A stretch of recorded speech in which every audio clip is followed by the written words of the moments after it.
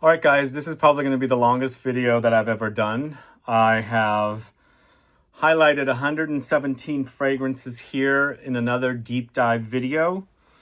And we're actually going to be talking about fresh fragrances, perfect for summer wear, and broken down into multiple categories. So we've got aldehydic fragrances, aromatic fragrances, aquatic fragrances, citrusy, clean and soapy, fruity, floral, green. I've got a category called ice cold, marine, musky, ozonic, salty, solar, and tropical. So a lot of different categories, one very long form video, deep dive into fresh fragrances. And you can always come back to this video and refer back to it. They'll be time-stamped here, so you can click from one fragrance to the other. There will be timestamps for the actual categories as well. And so if you want to watch one category over another, you could do that. But again, we're talking about fresh fragrances. It's still summer. It's halfway through. I think it'll be halfway through by the time this video airs. But if you don't watch this or all of it now, you can always come back to it next year and so forth. So we're starting off with aldehydic fragrances. But one thing I should also say, since these are going to be in categories, you might find these categories uploaded individually at a later time. So if you don't like long form videos, because I do know some folks, some of you guys do not like long form videos, even though you can pause and come back to save your videos and things like that for a later watch, you can just watch the categories. Now, I started out with 7 fragrances per category, but some of them do have more. And I tried to find a cheap alternative in each of the videos, but I couldn't find cheap alternatives too much that actually might fit a specific category. But yeah, that's what it's going to be all about. So let's get started with aldehydic fragrances. And if you don't know aldehydic fragrances, a lot of them do tend to be fresh. They're fizzy, sparkling, they're effervescent. And some of them can go deeper, more intense. But a lot of them are very, very clean, and I think they make perfect, fragrances for, summertime wear. And again, the idea is very clean here. The fragrances are very clean. If you like clean fragrances, but with that kind of effervescence, definitely try aldehydic fragrances. And the first fragrance I'm going to start with is COULEUR PRIMAIRE, this one right here, from the house of Les Eaux Primordiales. So some of the fragrances might smell alike. Not identical, but alike. What I get from aldehydic fragrances is a laundry-like effect. So there's definitely something laundry clean. And a lot of them do combine musks. I believe this one has a lot of aldehydes and also musky notes. They might tend to come off a little powdery, but not this one. It's very fresh, but very effervescent and very clean. Imagine maybe you opened up some kind of a random fizzy drink, not necessarily fruity or like a Coca-Cola, or some very unique like taste or flavor in it. And it's giving you that kind of fizziness. And that's what the aldehydic fragrances are like. And this one's giving me that kind of an idea. There's a lot of different unique drinks out there that you can go to like specialty stores and buy them. Not your typical, Coca-Cola or Sprite or things like that. This gives me the idea of that.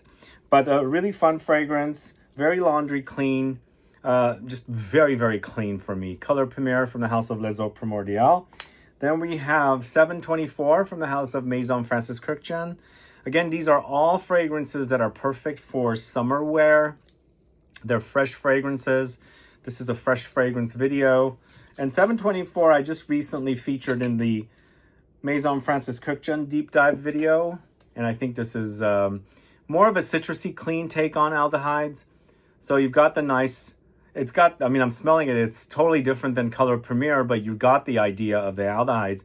But you also have that kind of musky, clean, kind of almost like electric. I never use that word to explain or describe the DNA of MFK, but I get that kind of here. It's the musk that he uses in his fragrances. Because the musk in this 724 also reminds me of the musk in Aqua Universalis Forte. But very full of aldehydes, but super clean, very fresh, perfect for warm weather wear, or if you want that kind of uplifting, invigorating vibe. Next, we've got a fragrance from the house of Gravel called Evolution. You guys familiar with this house? I do have a video on the channel of some of their earlier fragrances. Maybe it's time for me to do an updated video on the house. But once again, here we got, we have something. This one actually kind of reminds me of soap. Although I have a soapy category here, as I said, but this gives me like a vintage soap vibe, but very fresh and fizzy once again. Super, super clean. But imagine if you use a very strong scented soap, like back in the old days, the really unique kind of smells. This gives me that kind of a vibe. But I love the way it smells. As soon as I put my nose to it, it's super clean. And this could have totally ended up in the soapy category as well. But I feel like since it's very strong with the aldehydes, very, very prominent here, I put it in the aldehydic category. And I'm not saying that aldehydic fragrances are always fresh. And even in this category of aldehydic fragrances, I feel like there's stronger ones and fresher ones. So just use caution, test these out prior, buy samples and things like that. But this is so good.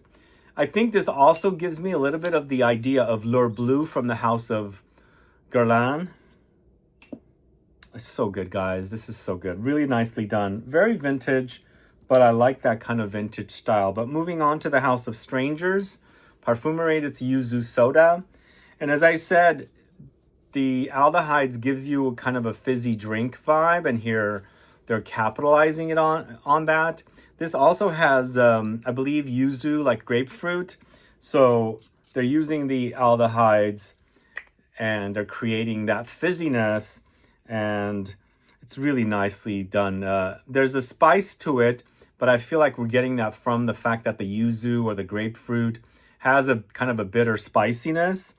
But it's super fizzy and soda-like, which here, if you're looking for something aldehydic and fizzy, sparkling, effervescent, and things like this, but you want something more citrusy to give you like it's almost like a really strong, fizzy citrus drink, not like Sprite or something a little more unique, not mass market, where they make these very unique sodas with unique flavors. Once again, I'm talking about this, but I've had plenty of drinks, and most of the time internationally, not in the States, it's hard to find them. You have to go to a specialty store. But here with YUZU Soda, that's the kind of vibe I'm getting. Super awesome. YUZU Soda from the House of Strangers Parfumerie. Let me know if you're familiar with that. But next, Lazy Sunday Morning. Yeah, it's fresh. I think it's appropriately named. I think the aldehydes in this fragrance gives me that kind of a very lazy effect. It's super clean, right? So when you're, I don't know if it's true with you, but on Sundays, you shower, you clean up, but you kind of dress a little, not necessarily like you would be going to the office, a bit more lazy, a bit more carefree kind of. And I think this gives me that vibe. The fact that, you don't have to like go all out and dress up. It's more of a lazy day. You might even spend the day, in bed or on the couch in front of a TV, reading a book, sipping on coffee. And it gives me that kind of a vibe, the fizziness. But what I like about this one, I feel like there's a little rose here. I also feel like there's a little patchouli in here. It's giving me sheeper vibes, which is kind of super sexy as well. Lazy Sunday Morning, are you guys familiar with that? Let me know. And then we've got the latest in the ODEUR collection from Comme des Garçons. It's number 10. This is a long-standing collection. This launched just after the 30th anniversary book that Comme des Garçons also launched recently. And I've been eyeing this one for a while. And finally have it. Brought it back from France. It is a bit metallic, and I feel like the aldehydes does this. And recently, I can't remember who I was speaking to. It's either Bertrand Duchaufour or Christopher Sheldrake in one of the videos I did with one of these two perfumers. they go a little deeper into how aldehydes are made. So if you want to learn a little more about aldehydes, you can catch the video. They're on the channel. But totally Comme des Garçons style. Very clean, very fresh. There's spiciness here, but the fizziness is really, really prominent. And it does give you a little bit of the laundry effect as well. I think they did a great job with 10 from Comme des Garçons. This is Odeur 10, I should say. I wore the original Odeur. I think it was launched like late 90s or early 2000s. And at the time when I wore that, I was wearing, mostly mass market fragrances. Things like Dolce & Gabbana Pour Homme, La Mail, Amen, Dreamer from Versace. And I felt like Odeur, the very first Odeur from Comme des Garçons, was one of the strangest fragrances. It smells a bit electric, synthetic. I think it is mostly synthetic notes, but very unique, like almost like a circuit board getting electrocuted and the smell it releases kind of a thing. Next, we're going to also try Blanche. Blanche is fresher than the new Absolute. So I left that one off because we're talking about fresh fragrances. Even though I find the Absolute also to be fresh, I'm going with this one. Super clean fragrance. Also synthetic smelling a bit. There's a lot of musks in here. And it's very clean. I think these are super clean fragrances. If you are the type that's open-minded to aldehydes, I think definitely give these fragrances a try. If you haven't experienced aldehydes, I think the most famous aldehydic fragrance that probably everyone knows about is Chanel No. 5. Now, the aldehydes that are in these fragrances might smell like the aldehydes in Chanel No. 5, but the fragrances do not smell like Chanel No. 5, if that makes sense. The only thing that smells alike is the usage of the aldehydes. But Blanche is super clean. I think it's definitely one of the most popular from Byredo. Blanche, let me know if you're a fan of it. And then the last fragrance I'm going to leave with here is Laurent Maison's ALDHEYX. I've been a fan of this fragrance ever since I bought my first bottle from the perfume shop in Lisbon. And I'm drawing a blank with the name, sadly, right now. Embassy Perfumery in Lisbon. If you guys remember that or know that store, the bottle was different. Laurent Maison has redone all their bottles. But in the end, it's super crisp and clean. Aldehydes do have a bit of crispness about them, a bit metallicness. And I feel like they make really great summer or fresh, fragrance experiences. But musky, aldehydic, very clean and crisp, cold and icy, but super fizzy and effervescent as well. And I love that fragrance. I've been a fan of it since I bought it because I smelled it at the Embassy perfume shop in Lisbon, and I had to have a bottle. Let me know if you've tried that. Let me know if you're a fan of aldehydic fragrances. What do you like about aldehydic fragrances? What do you hate about aldehydic fragrances? Do add a comment below. Now let's move on to the next category. We are talking about aromatic. Aromatic refers to aromatics or herbs or any ingredient that might have an aromatic presence. It could feature, woods, some woods like vetiver, cypress has aromatic experiences. Most of the time, they're, aromatics like lavender and geranium and things like that. But let's get started. I bought some new fragrances on my last trip, and I haven't done a haul video yet. I will do that, but you're going to hear about some of the fragrances I brought back today. Like this is one that I just recently bought. It's Colonia Il Profumo from the house of Acqua di Parma. I'm not too experienced with this one yet. So I bought this at the duty free in Paris. Was it Paris? Yeah, it was Paris. It was actually, I landed in Paris from here, and then I spent the night and went to the south of France. And there I bought a few fragrances. And actually the sales associate recognized me, which was kind of strange. Recognized me from my channel. But here we have something very citrusy and also herbal. And the herbal notes to me smell a bit minty, but also could be geranium. I haven't looked up the notes for this one yet, so I'm not too familiar. But I like the idea of aromatics and citruses together. And this one seems to be pretty substantial, unlike the OG Acqua di Parma fragrance, which also smells a bit classic, which there's nothing wrong with it. But I sampled this at Neiman Marcus, and I've wanted it since then. There's also Buongiorno, which I'm going to pick up as well eventually because I really liked it. Kind of reminds me a little bit of Torino 21. But here, this is a bit more closer to the OG Acqua di Parma. But when you smell this and you smell the OG, this does smell thicker. It's denser. And it's I like that for a fresh fragrance and for it to be worn in the summertime if you want a little longevity, because the Acqua di Parma OG Colonia is eau de cologne concentration, so very short-lived. Here we've got a bit more substantial qualities. It's citruses, but I'm picking up a lot of herbs in here as well, which makes for a really nice experience. Let me know if you've tried this one. Colonia Il Profumo from the house of Acqua di Parma. Let's move on to staple in the aromatic citrus category.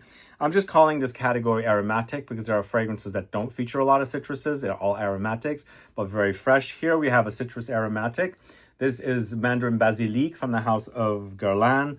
One of my favorite fragrances from this house in the Aqua Allegoria collection. Although I haven't graduated to the Forte, how do you guys compare this to the other? Let me know. I believe this collection in the OG are eau de toilettes, but I believe the Fortes are eau de parfum.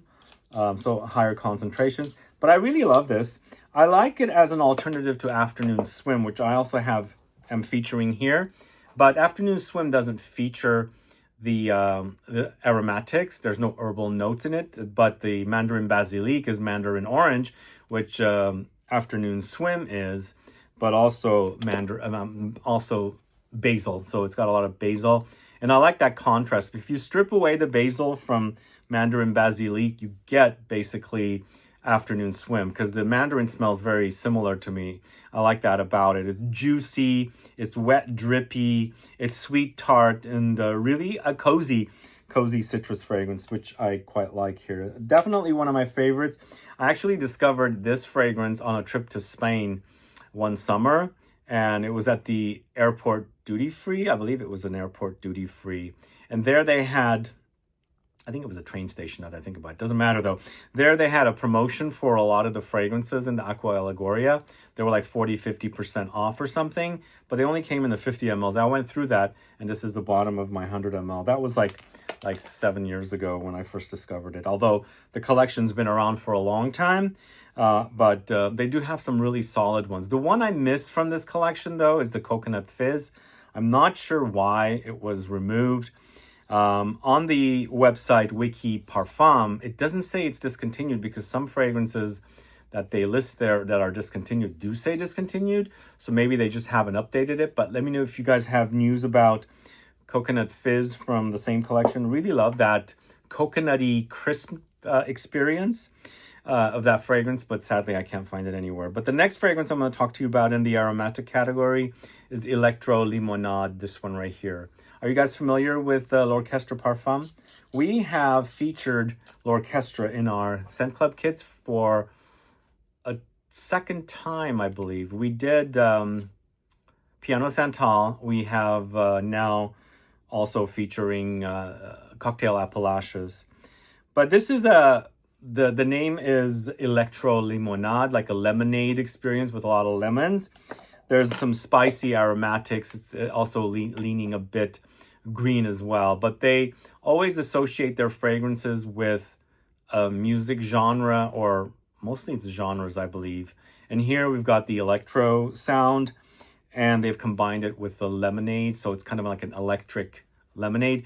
I was expecting this to be a little more tart. It's a bit on the sweet side, although there's some tartness there. It's nicely blended with some spiciness, and then of course woods and aromatics here. So this is a nice fusion of citruses and aromatics, which is a really great combo. And I think it's a perfect fresh combo, because you don't want it all to, well, I do like it to be all citrusy because it's the juiciness that I like, but sometimes I want a little substance, and the aromatics, herbs, and notes like that kind of adds a little bit more depth to, you know, mostly fresh citrusy fragrances. So wonderful offering from this house, ELECTRO LIMONADE from the house of L'Orchestre Parfum.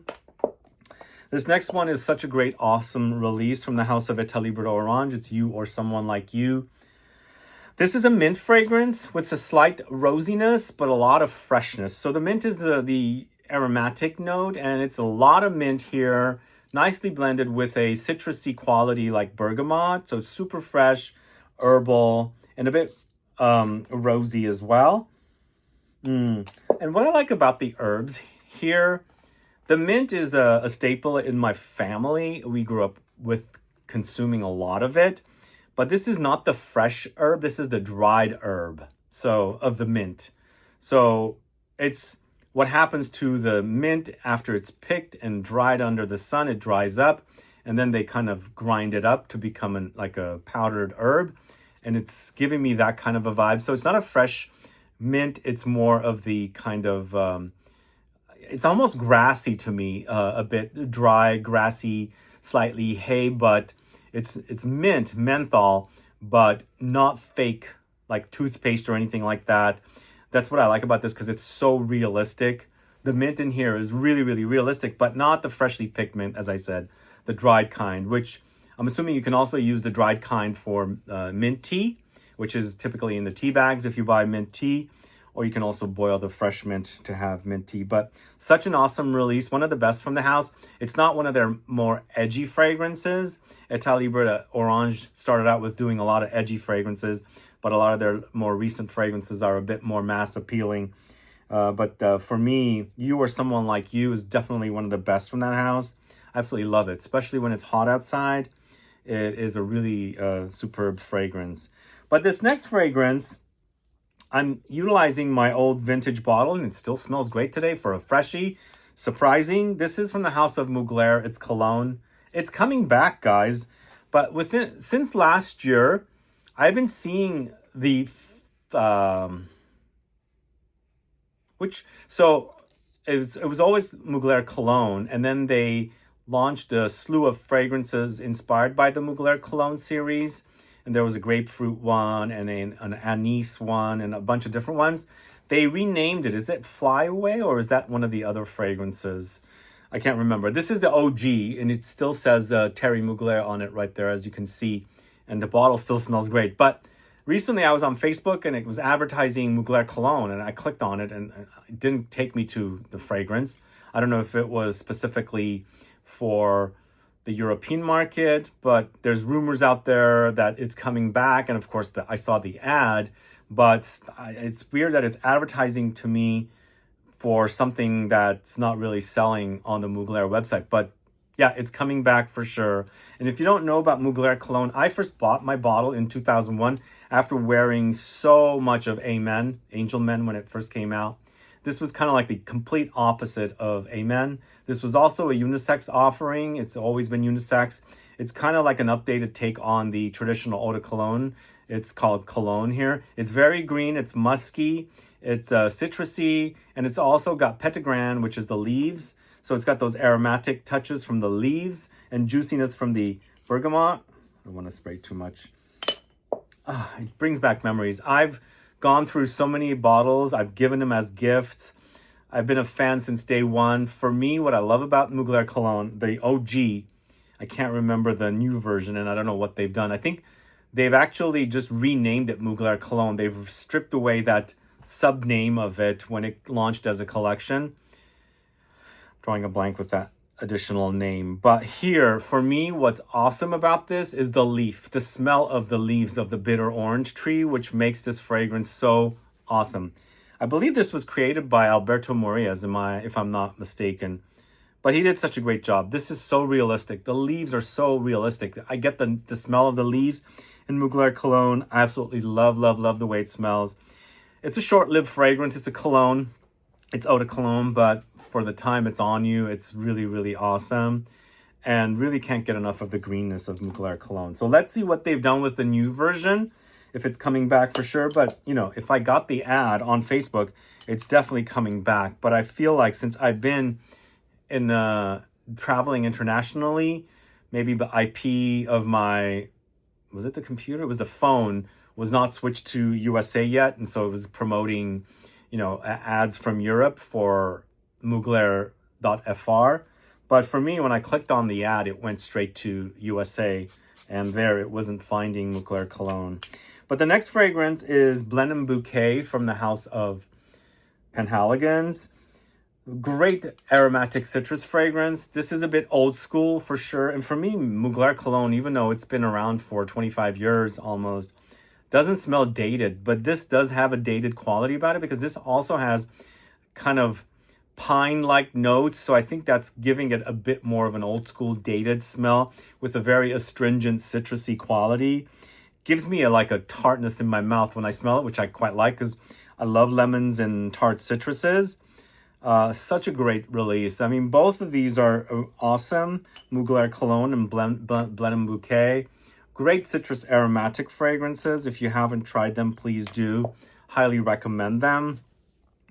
This next one is called CHACO by the House of Nisaba. I actually spoke about this recently in a video, and I'll do a further video on this. This is created by Alexandre Monet, and it's tea, but there's petitgrain here as well, and other aromatic notes, like I believe there's lavender here.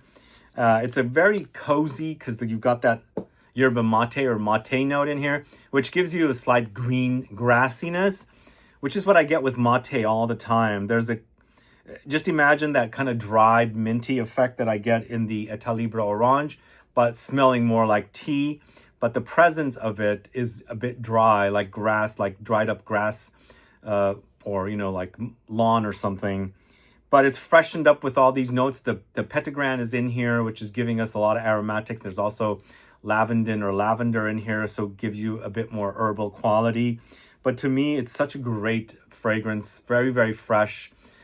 Also, you know, aromatic and spicy, very citrusy, and of course, cozy. It's got that kind of typical smell of tea and fragrances that I get when I, you know, put my nose to tea fragrances. But it's so smooth and refined. And as I mentioned in another video, the fragrances of this house are super, super awesome with the ingredients they use. They smell so realistic. So awesome. So that is CHACO, and it's from the House of Nisaba. Let me know if you're familiar with that. We've got two more fragrances here from the House of, well, actually in the aromatic category, I should say. This is Paris Monte Carlo's CEDRO de Diamante. CEDRO? Like, Diamante, does that refer to diamonds? This is an Italian. So citrus, like diamond citrus. Yeah, it's got a bit of a limoncello vibe here, but behind it, you can smell the herbs and aromatics. There's an herbal quality about it, but it's also very, very cold and a bit chilly the way it's done. So just imagine you've poured yourself some limoncello, which is kind of slightly sweet, but very tart. At least that's how I get it here. And it's kind of ice cold over, you know, poured over a glass and things like that. Great scent. This is part of a series of 4 or 5 fragrances from Paris Monte Carlo that are fresh. And for me, one of the best, I think, in this series. As you can see, it's CEDRO de Diamante. Let me know if you're familiar with that. I have videos on the channel on those fragrances. And the last fragrance I'm going to talk about is called Eau Folle from the House of Le Galion. Awesome looking bottle. This bottle is created by, oh God, I'm drawing a blank. Is this created by Pierre Denon or is it the grandson, Jules Denon? I can't remember, unfortunately. Sorry about that, but I do have a video on the channel of Pierre Denon. If you don't know who he is one of the world's most famous, renowned bottle designers. He designed the Eau Sauvage bottle, which you probably are familiar with. He's also designed the Wilhelm Parfumery bottles. So those are like, you know, his signature, and you can tell this is also kind of the signature. Really great bottle design. Although I think this could be the grandson. I'm not 100% sure. I can't remember. Sorry about that. But this fragrance, recent discovery, so good, created by Julien Rescanet. This is a very fresh herbal aromatic green fragrance. Super invigorating, but with a depth. I don't think this is more about the citruses. It's more about the herbs and the aromatics here. I think it's got a lot of cypress, maybe a bit pine, and also a lot of other aromatics. This is a bit deeper in comparison to the ones about the citruses or the citrus aromatic notes. But what I like about it is just like clean, green, herbal and aromatic, spicy, and it's almost like you're digging through a forest of leaves and all the fragrance that's, you know, on these leaves and shrubs and things like that. And you're breaking them off, and you're, you know, the essence is kind of flowing out, and you're getting whiffs of that smell and things like that. Really awesome scent. Do you guys know about Le Galion? Isn't this bottle gorgeous? Absolutely love this bottle. It's so sexy. Sexy bottle. Anyway, that is Au Folle from the house of Le Galion. Let me know if you're familiar with it. And now we are done with the aromatic category. So we've done aldehydic fragrances. We've done aromatic fragrances. And now we are on our way to do aquatic fragrances. So I separated aquatic and marine in separate categories. There's also ozonic, and we'll get to all of these categories. And the reason I separated aquatic, because I'm like, okay, if it's aquatic, then it should be just about water or watery notes. If it's marine, it should be about marine notes, smelling of the sea. And for me, I love aquatic fragrances, but I hate marine. Well, I don't hate them as much as I used to, but marine fragrances have always been challenging because of the usage of cologne, which is this ingredient that makes the fragrances smell like sea. And if they overdose the fragrance with it, I just cannot tolerate that. So I wanted to make sure I have fragrances here that are aquatic. And if you are like me and you have a challenging time with marine, you skip the marine and you just do the aquatic fragrances. And that's what this category is, aquatic. And I noticed that a lot of aquatic fragrances are done utilizing melon notes, lily, water lily, I should say, and lotus-like notes, or they use some kind of synthetic ingredients to create that kind of watery effect. So first we're going to talk about Juicebox's Feel and Chill. Here we're getting the aquatic experience from watermelon. In addition to the aquatic experience from watermelon, you're also going to get the fruity qualities of the watermelon. One of my favorite fruits, but man, it's tough to find really good watermelon. And also it's big because I don't like the little ones, and it's a lot of watermelon to have, but I can enjoy it here in a fragrance. And the smell is there. It's very fresh. It's fruity, and it's got that watery effect happening here. So if you like that idea of water in fragrances to give you the idea of freshness from water rather than freshness from citruses or aromatics or aldehydes, in this case, we've already done. And so this is what you would do. But this fragrance could also fit into the fruity category because it's quite fruity to me. But in the end, it's almost like a watermelon juice, and that's kind of what you're wearing. But there's other things going on with it along the way. But it's a fun fragrance. The fruitiness is adding a bit of a fun layer. So that's Juicebox's Feel and Chill. Now this next fragrance might be vaulted over at Commodity, but the idea of rain is so authentic here. And again, it's an aquatic fragrance, perfectly aquatic, like done in a perfect way. You experience the rain here. But with this one, I feel like there's like the floral notes that I mentioned. There's either lotus flower here or water lily. But there's also some aromatics in here, some spiciness, some herbal qualities. But I don't know, if you're new to fragrances, you might not be able to identify the wateriness. I kind of smell fragrances in textures a lot, in texture form. And so you kind of see how water is, you take showers and things like that. So you know how it feels. Try and see if you can experience it in the smell form, because you really can experience a very watery freshness here. And once again, it's not marine. We're not smelling fish. It might be a pond. It might be a lake, but we're not getting that fishiness, even though you might find, creatures in ponds and lakes as well. But for me, it's not the sea. And it could be also dew, like water dew on roses and flowers and things like that. I like that effect in fragrances. Dewdrops and things, the rain, of course. And it's called rain, obviously, so it's like a rainy effect on fragrances. And again, I think this fragrance might be vaulted, so it might have to be purchased directly from them, but it's a great offering, Rain from Commodity. Let me know if you're familiar with that. But the next fragrance is from the house of MAC. It's TURQUATIC. You guys familiar with this? I only have 2 MAC fragrances. One of them is a vanilla with leather, and I forgot the name of that one. This one I felt like was fun and aquatic, but I feel like there's some unique things happening here in this fragrance. But there's an underlying spiciness, but there's a wetness surrounding it, which it's almost like rained on.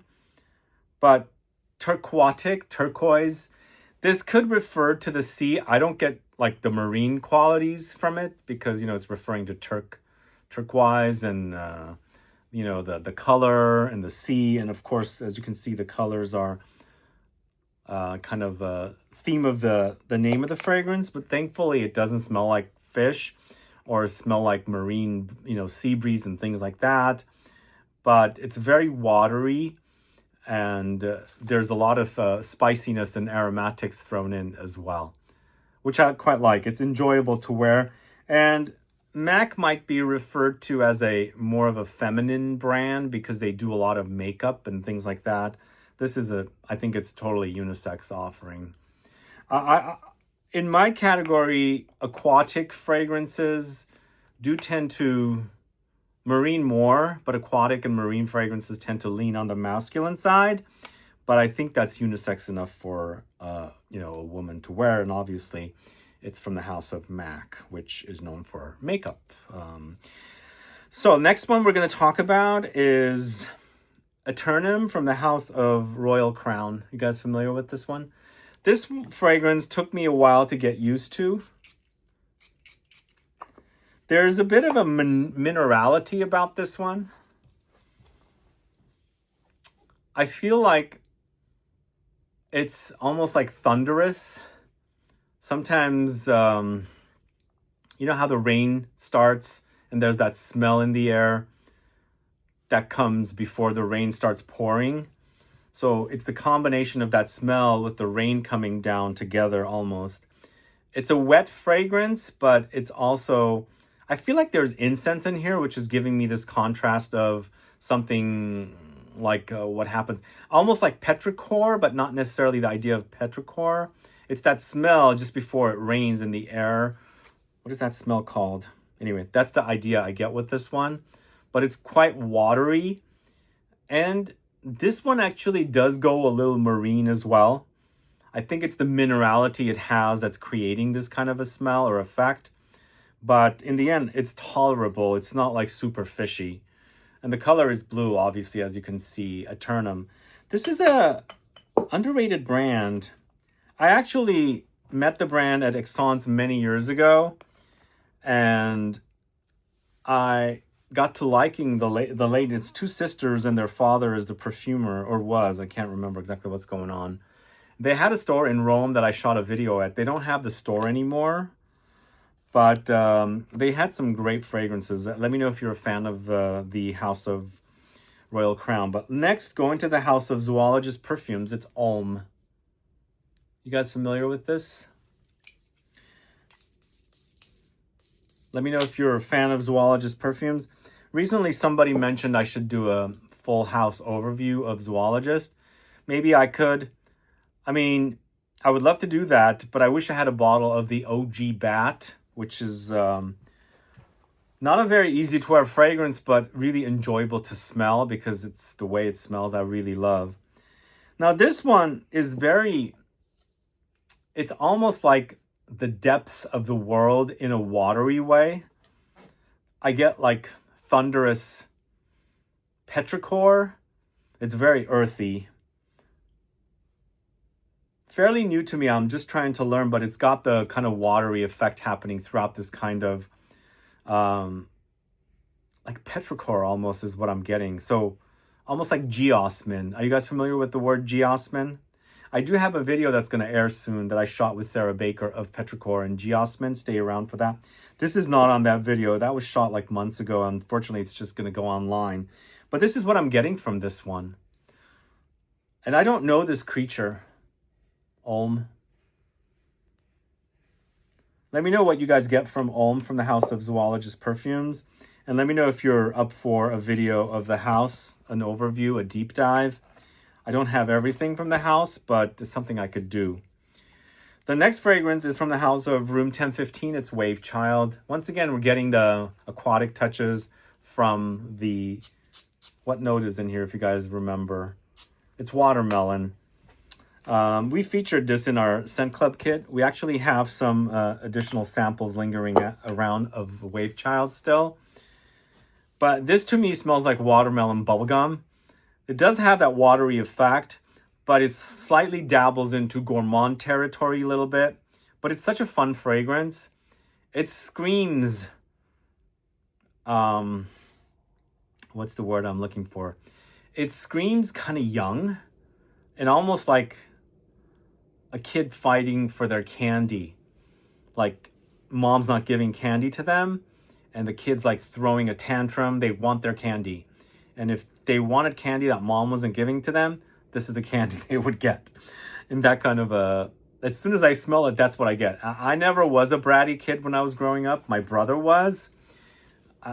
And he always threw tantrums, and he kind of got his way a lot of times, but I had a pretty strict upbringing. My mom was a bit strict, so I was the good boy, and my brother, the younger, was the bad boy. He always threw tantrums. So this is what I get with this one. If a little child or somebody wanting candy, mom's not giving it to them, and they would throw a tantrum, and finally they get it, and then they're like chomping on this chewy candy. This fragrance is escaping their mouth. Fruity kind of bubblegummy, chewy kind of fruitiness is, the essence is, escaping all around. That's what I get with WAVECHILD. It's a fun fragrance for sure. And it has aquatic touches, but super fruity. The next fragrance is from the house of, we got this list here. I don't know if I mentioned at the beginning of the video, we have 117 fragrances we're going to go over today. Long format video. And if this is the first time you're tuning to the channel, you haven't subscribed to the channel yet, please click the subscribe button and also the bell icon. So you'll be notified for future videos like this. I'll be doing a lot more videos like this, big deep dive videos, no edits, and no titles and music and sound effects and things like that. And also please give a thumbs up for this video to help with the algorithm. But this next fragrance is from the house of LAK, perfumer Sonia Constance brand. And this is, I'm going to read this, PLUIE sur Halong. I think that's how you say it. Let me see if you can see the bottom. So it's a watery aquatic floral fragrance.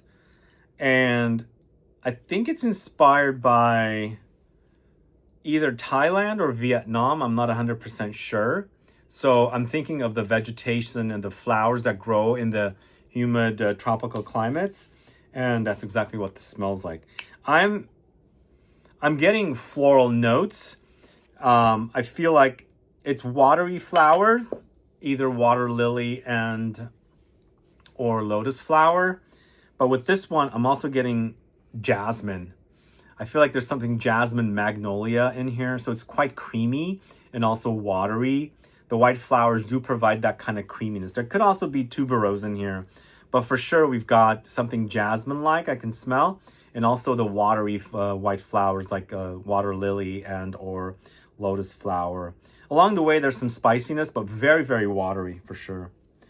So that is PLUIE sur Halong. I don't know if you can see that. It's really not easy to see. But yeah, it's right there. Okay, the next fragrance is from the house of Gleam. It's SCOTTATURA. Are you guys familiar with this? This is a new collection that Gleam has launched. I feel like the Espresso Please from Gleam was good, but when I started wearing it and testing that fragrance out, it had a life of the fragrance that kind of became boring. Like the early start was great, and the dry drown was great, but it kind of fell apart in the heart. And I felt like a lot of the fragrances when they first launched the line were a bit like that. But I feel like the fragrances are getting better and better. They launched the gold bottle and the silver bottle as well. Now they got a collection of 6 fragrances. My favorite so far is SCOTTATURA. It's a very watery, aquatic green fragrance, but very fresh. Juicy also. I feel like there's juicy citruses or something, not necessarily uber fruity fruits, because there's a slight fruitiness here, but it doesn't overwhelm with its fruitiness. So I feel like this is a great aquatic fragrance if you guys haven't tried it. SCOTTATURA from the House of Gleam. I'll eventually do a video of their new collection. Stay tuned for that. And then we've got a fragrance from the House of Myth called Spring Breeze. You guys familiar with that one? So Myth is a Thai brand. Gleam is an Italian brand. Also, Gleam, by the way, is connected to Gritti, if you guys aren't familiar with that. Here we've got Spring Breeze, a Contambiche creation fragrance. Very green, very fresh, very aquatic. It's fun, and you can see the signature of Contambiche. It does give me a little bit of the DNA that he uses in Fleur Narcotique, Neroli Amara, but it's covered up in like this watery, aquatic greenness. So if you like the Neroli Amara, if you like Fleur Narcotique and things like that, created by Contambiche, definitely try Spring Breeze. It's really great, by the way. It's kind of green and fresh, watery, and a bit floral. And then finally, in the aquatic collection, I'm throwing in a fragrance from the House of Korres. It's KYMA. You guys familiar with the House of Korres? Korres has some really inexpensive, great fragrances. I was talking about them for a while. I stopped. Might be going back to speaking about them. I come across their fragrances here and there on my travels. Also, when I went to Greece, I saw their store there and also discovered a lot of their fragrances in various stores. And they actually have standalone stores, but also, you know, in duty-free and things like that. Here we've got a very aquatic, slightly marine-leaning aquatic fragrance, but with some depth. I feel like there's ambergris here. It does get a bit ambery, but fresh and spicy, but just very watery and a little earthy as well. I'm picking up something earthy.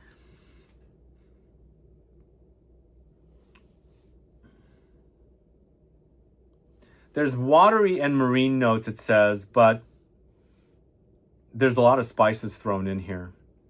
And eventually there's a lot of woods. Let me know if you're familiar with KYMA.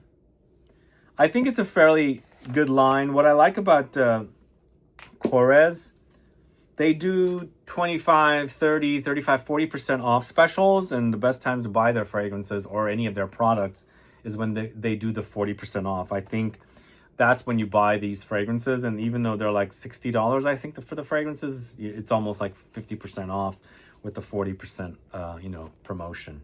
So that's the aquatic category. All right, now we've got the citrusy category, and we're gonna start off.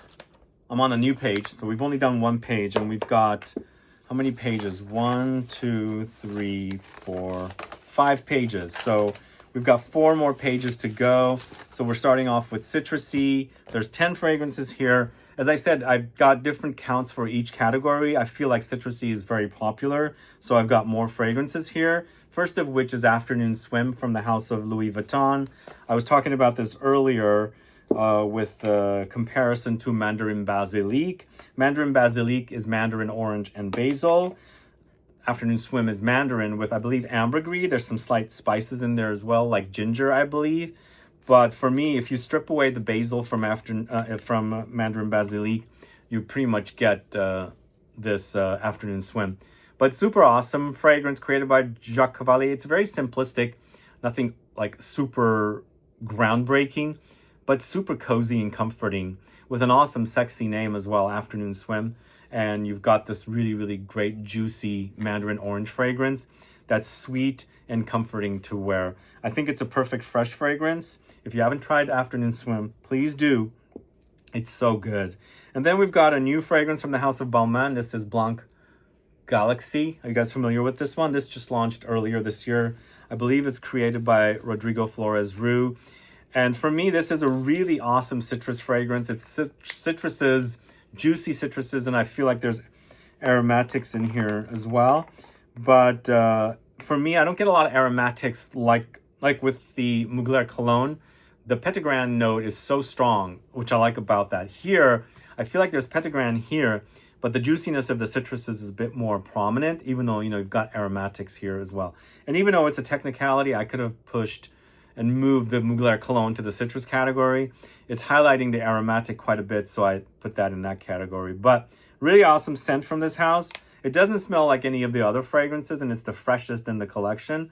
If you like citruses, definitely try this. It smells really, really wonderful. Really juicy, lovely citruses. Not super tart. There's some sweetness there. Definitely has the aromatics. It even might feature the Petitgrain note, which is this kind of bitter green citrus note of the leaves of the bitter orange tree, but really cozy and wonderful and perfect to wear in the summertime. So that's Blanc Galaxy from the House of Balmain. And this one I keep recommending. I absolutely love it. It's Parade from Celine. I don't know. They did such a great job with this one. It's super, super smooth. And it might have traces of the DNA of the house, because I get a slight powderiness from it. And that's the DNA of the fragrances for me are like full of orris, a lot of them. And I feel like that's the DNA going across the entire line.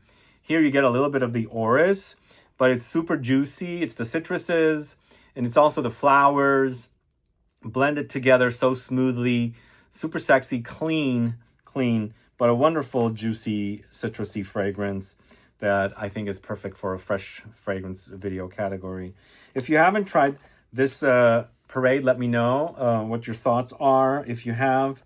And if you love Celine as fragrance, Celine fragrances, and you haven't tried that, do try it, especially if you like citruses, because I think definitely one of the best designer citruses out there.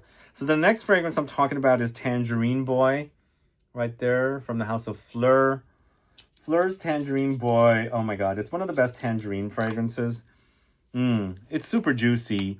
And to me, this one also is a bit playful. There's a fruity candiness about it. But in the end, it's just juicy, over-the-top mandarin orange or tangerine fragrance, I should say, come to life with some spices and musky touches in there thrown in as well. But it's super cozy. Like, there's not a lot of tartness or something that would, rub you the wrong way. It's just super cozy that way. Done nicely. It's a bit like citrus drink-like, and almost like something fruity is mixed in, like a cocktail maybe perhaps.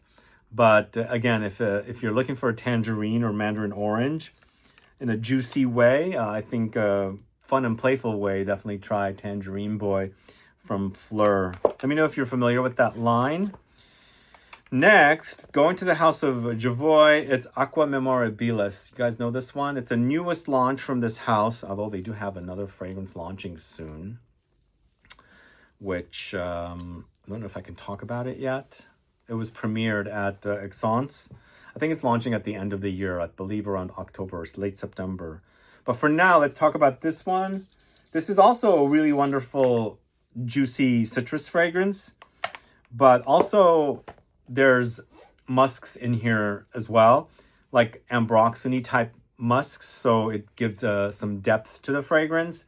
And once again, it's not super tart. There's a sweetness about it, and I feel like there's also some aromatics or something leafy green-like in here as well.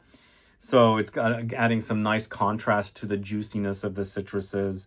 Super fresh, but I like that in the bottom, in the base, you do have that kind of molecular musky notes in there as well. And you can smell the depth of the fragrance when it's getting to that section of the fragrance in the base or the dry down. So that is Aqua Memorabilis. I probably am butchering the name, but that's That's the best I can do today. Next, going to the house of Xerjoff. It's Torino 21. This is a staple, and this could have also gone into the aromatic category, but I left it in the citrus because it's a lot of citruses, juicy, very, very juicy with lemons. I believe there's also bergamot. But there's also lemon verbena here for that kind of aromatic green herbal quality. And to me, when I wear it, it's like lemon mint tea. So there's a coziness about it. Super smooth, juicy, sweet tart, aromatic, herbal, green, lovely, lovely fragrance. I don't want to say too much about it because I've recommended it so much. And the thing is, it has great lingering power for a citrus. When you wear it, you can smell the thickness. It's a thick fragrance. And I think that's what's giving it the prolonged life of the fragrance, because it does have great long, the thickness is doing that. But it's, as a smell, it also smells great. And I think now that they have 4 Torinos, I think it's we're on Torino 24. I think this year they'll launch Torino 25 if they are going to continue. I think Torino 21 is still the best one. But one of the best grapefruit fragrances happens to be Energizer. This is not like Tigar or Vibrato. It's got like the bitterness of the skin of the grapefruit captured here so perfectly. It's just like the rind. You're smelling a lot of the rind in an intense way. And they've thrown in the oiliness of the rind and the skin in this fragrance as well. So it's not just that bitterness. You can kind of experience the oiliness. But it's juicy in the end. It's green a bit, but super tangy, tart. Very, very fresh and bitter. Lovely fragrance. It's nothing like Vibrato or Tigar. That's what I like about it, because I love grapefruit. And it's so different than all the other citruses. It's unique characteristic, unique smell. And that's why I'm highlighting Energizer as one of the best. One of the best from that brand, by the way. I totally love that. Next to Harmonious as being my 2 favorites from Boadicea de Victorious. And then we have, Spiro's Vibrato. And again, 2 totally different fragrances. Both of them about grapefruit. For me, I feel like we're experiencing the grapefruit skin and the juice mostly on its own in Energizer. With Vibrato, it's been zinged up with ginger and other notes, other spiciness. Totally different. It does remind me of Tigar, but in this fragrance, it's just a lot more going on. I feel like there's a lot of ginger here to give it that zing.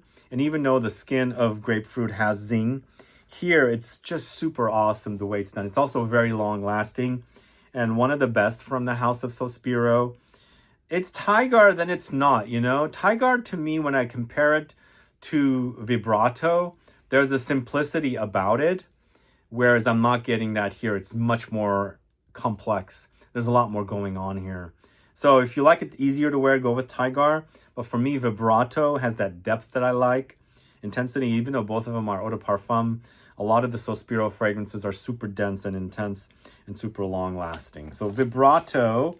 And then last but not least, we're going to end this section of the video with Thomas Cosmala's #1 Tonic Blanc. You guys familiar with this one? So this, to me, has the DNA of #4 Après l'Amour. So I feel like the fragrance has that in the base. But up top, it's all like an eau de cologne style fragrance, utilizing the juicy citruses, the flowers, the, green leaves. So Tonic Blanc, I like the name. It does act a bit like tonic, but for me, it has the depth and intensity of the amber molecules like ambroxan and things in the base. But up top, it's so invigorating and fresh and takes me to the territory of those like OG classic colognes of yesteryear in a much more modern way. Really love the way it smells. It's quite zingy, it's spicy, very fresh and green as well. Tonic Blanc from the house of Thomas Cosmala. Let me know if you're familiar with that. So that's the last fragrance in our citrus category for this deep dive of fresh fragrances video. All right, now we're on to the clean and soapy category. Clean and soapy. Yes, you can have fresh fragrances that are clean and soapy.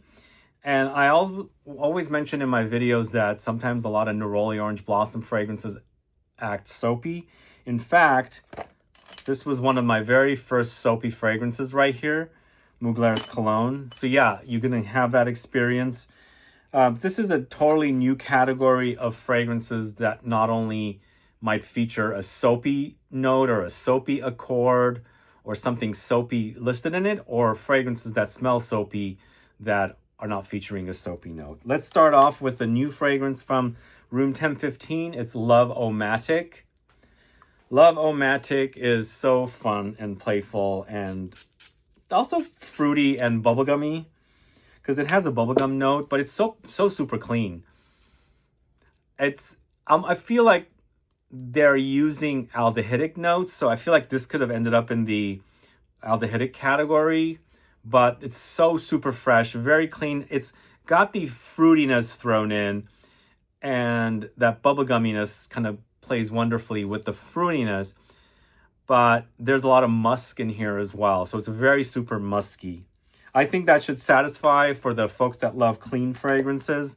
Love-O-Matic, also a fun name. Let me know if you've sampled that one. But the next fragrance is Marseille from the house of Comme des Garçons. This is a Canton Biche creation. Unlike Odeur 10, I don't know who created this fragrance in the aldehydic category. But in the soapy category, we've got Marseille. Marseille is known for soap. If you ever make it to Marseille, guys, go to one of the soap makers. They do tours and things like that. Definitely worth it. I did it most recently, probably around 22 actually is when I did it. But I've been to Marseille like 5 times, and every time I go there I buy soap, and this is like soap come to life. But what Canton Biche is using in here are ingredients that create a soapiness, but there's also the notes that I mentioned, like orange blossom, neroli type notes that boost up the soapy effect, but super fresh. I think it's clean. And what I like about wearing soapy fragrances in the summertime, when it's hot and humid outside, you're all sweaty and feeling damp and kind of gross. These fragrances, like if you take your bottle with you somewhere, or you have a decant, you can spritz up, and it gives you that kind of a fresh, clean effect, even though you might be all sweaty from all the heat and humidity out there. That's what I like about soapy fragrances in the summertime. So that is Marseille, really awesome fragrance. This is my second bottle, by the way. Love that fragrance. Nothing like the DNA of his other fragrances. Canton Biche does a lot of fragrances. We all know this. If you didn't catch my Canton Biche deep dive video, please go catch it. That was featured in there. And again, Marseille doesn't smell like a lot of his other fragrances, but it's a really great offering. Next, going to the house of L'Artisan Parfumeur, it's Sur l'Herbe. I think this is a Fabrice Pellegrin fragrance. I'm on my second bottle. The first bottle was a clear bottle, and it's an eau de cologne fragrance, so it goes down fast, easy, very, very easy on the trigger because it is an eau de cologne, so you go through it quite a bit. But it's a great fragrance, focusing on a lot of citruses with some herbs. But to me, it's super soapy. I like that name. They should come up with what the fragrance called. Super soapy. Super soapy for sure. It's a bit powdery as well. It might remind me a little bit of Diptyque's Eau de Sens. I wonder if he created that fragrance. But to me, it's neroli and orange blossom and some aromatics thrown in together to give you this kind of a soapy effect and clean effect. For sure, it's a great fragrance. I gotta now find out if Fabrice Pellegrin, who created this, also created. I think Fabrice Pellegrin created this fragrance. I could be wrong though, but it smells a little bit like Eau de Sens. But the next fragrance I'm talking about is from the house of, where are we? L'Artisan. My layout is a bit mixed up. We're talking about Exit the King from the house of Etat Libre d'Orange, which is a Chypre style fragrance, but there's a soapiness here. There's a lot of soapy kind of, there's actually a soap note or a chord. But in the end, a chypre style, and I feel like it's rosy and patchouli as well, which is kind of creating a chypre accord. I love that fragrance. It's been a long time since I've pulled for that. But if you like the idea of a chypre with the patchouli in the base, the rose in the heart, which is what I'm getting here, and then of course that soapiness up top, really wonderful. Really smells great, by the way. And I think the fragrance, I haven't pulled for it for a long time. I think it's aged to smell better. There's a bit more depth about it. Loving it. Okay, I'm going to have to pull for that. Exit the King from the House of Atelier Brut Orange. Let me know if you're familiar with that.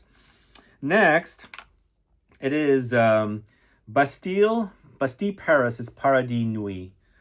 This also has a soap note, but it's fresh. I think this also has patchouli in the base. Yum. You can. It smells like a bar of soap, but more luxurious, high-end, kind of not the kind of stuff you get at a grocery store or a drugstore. Something a bit more luxurious. Does give me a little bit of a vibe of Exit the King, but they're different. But super clean. I think it's once again perfect for a hot day to feel that kind of cleanness that you probably need when you've sweated all day long.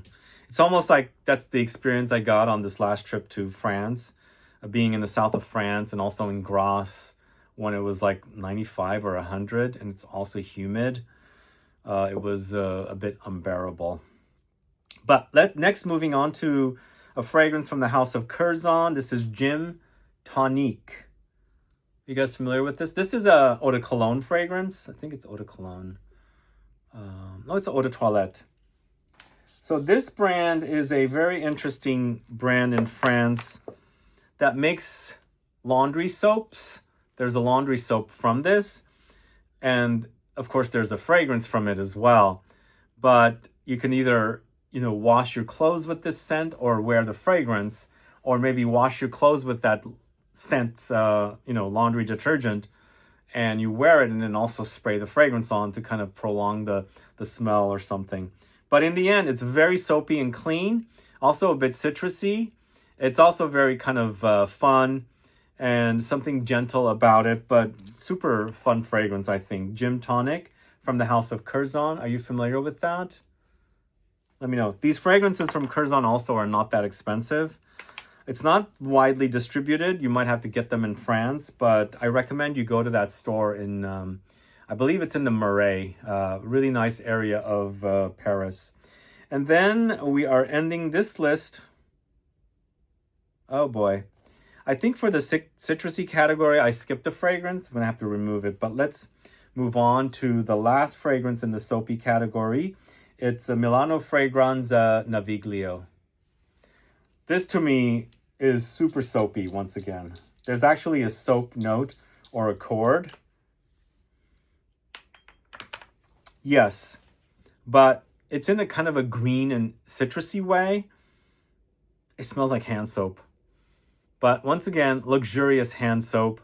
It's super clean, but there's a watery effect here. It's almost like you've actually taken the bar of soap and you're soaking your hand in the water and, rubbing the soap in your hands. So it's a combination of the bubbles and the water together. So this fragrance could have also ended up in the aquatic section because it's very watery. It smells of ozone or water, like how water smells sometimes, mixed in with the soapiness. Really, really great. This is definitely one of my favorites from this house. Naviglio from the House of Milano Fragranza. That's the last fragrance in that category, but in the citrus category, which is a bummer I left it off, I didn't talk about Eau d'Adrien from the House of Goutal Paris. One of the OG citrus fragrances, if you guys don't know this. I started wearing this in the late 90s. I know somebody mentioned recently for me to do a video on niche fragrances and when they got their start. I think in the 80s is when niche fragrance brands launched. I know Annick Goutal launched in the 80s. I believe it was in the very early 80s. There's a few other brands like L'Artisan Parfumeur, Maître Parfumeur at Guntier, Parfums and Nicolai. These are some of the early niche brands. There's also Penhaligon's from the UK. So these are some of the early niche houses. Although I don't know if I would really classify Penhaligon's as one of the OG niche. Well, I think they are one of the OG niche houses, but I think a lot of folks associate niche houses with some of the newer niche houses like Frederick Malle and Maison Francis Kurkdjian and things like that. But when Penhaligon's got its start, I believe they've been around for like since the early 1900s. They would, I don't know if I would classify them as niche because niche didn't exist at that time.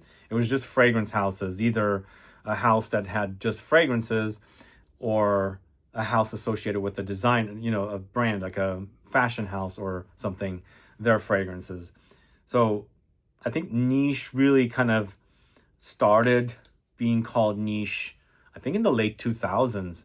I don't even think when Annick Goutal, you know, those brands, when they launched, they were considered niche, if that makes sense.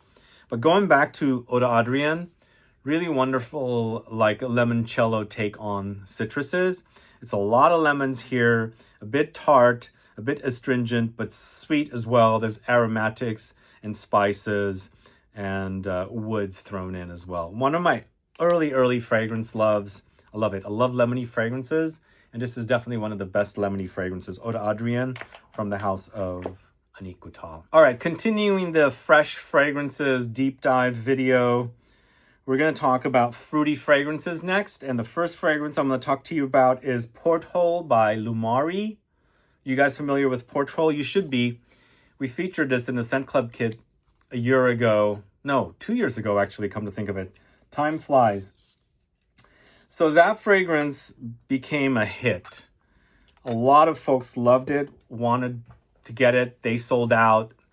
At that time, they were starting the idea of redoing their bottles. Obviously, this is the newer bottle. And the original bottles are no longer. So they've given the whole brand a facelift with new bottles. Much nicer bottles, by the way. They spray better, and the caps and magnetic, all that kind of stuff is good. This, to me, was a love at first sniff. I discovered it in 22. Actually, I think I'm one of the first people to talk about the brand during like 2020 or 2021. Did a video on the line. Lumari hadn't launched at that time, but I think my favorite fragrance at that time was Almeria, which I've also featured in Scent Club. But this Porthole, I think, is a hit all around for the brand.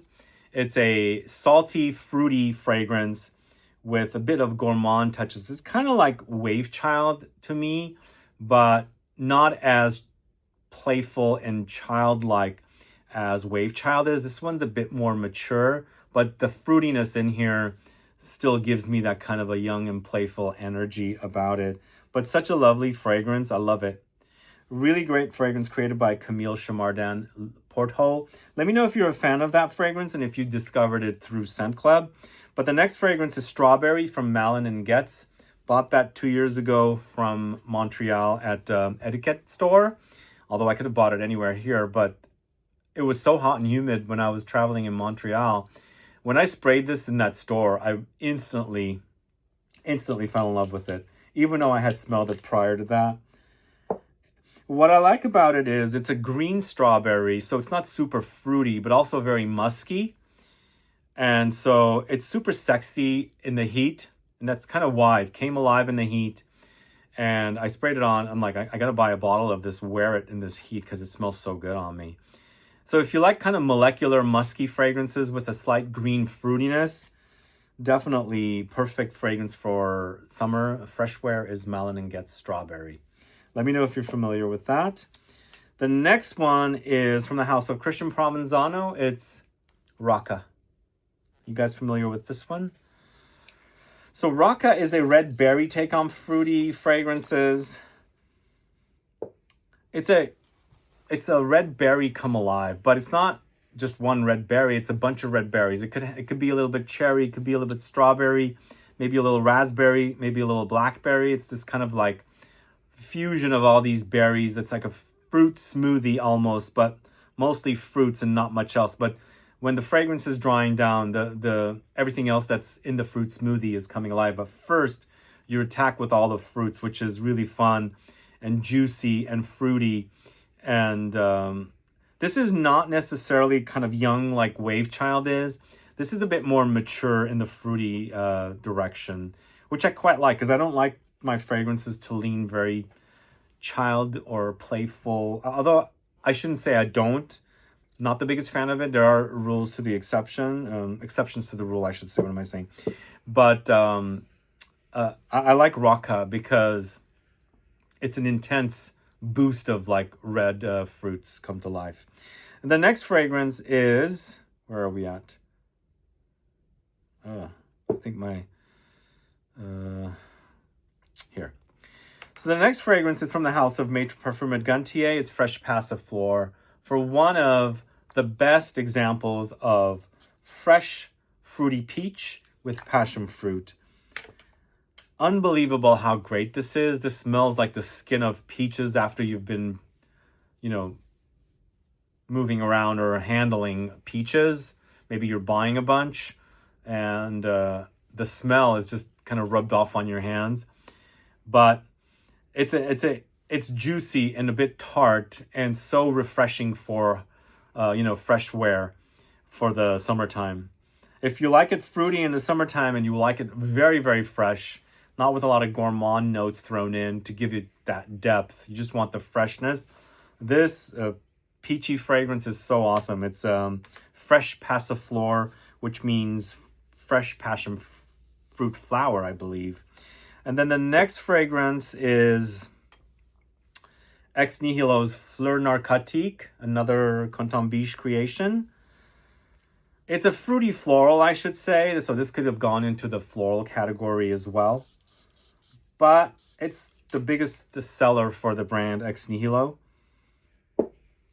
It's a trademark signature smell for, or experience for Canton Biche. I can see why this is also very popular, because it's a universally appealing. It's nice juxtaposition of fruits and flowers. Maybe, I think this launched before Delina. I'm looking at a bottle of Delina. I was thinking it might be similar to, it's not necessarily very similar to Delina. I think Valaya is more similar to Fleur Narcotique than Delina. But I feel like Canton Biche does, you know, have formulas pre-made, you know, taking top notes and removing heart notes and, you know, finding a base or something. But he's done fragrances like this. Another fragrance in this category or something similar to this is Neroli Amara from the house of Van Cleef and Arpels. They do remind me of one another, but again, they're different. So the Neroli Amara is more Neroli focused. This one's a bit, I think it's got the peony and those kind of flowers thrown in with some fruits.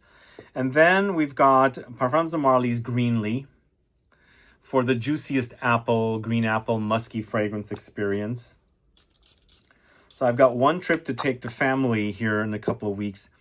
Might have to take that with me. But this fragrance has cashmere wood.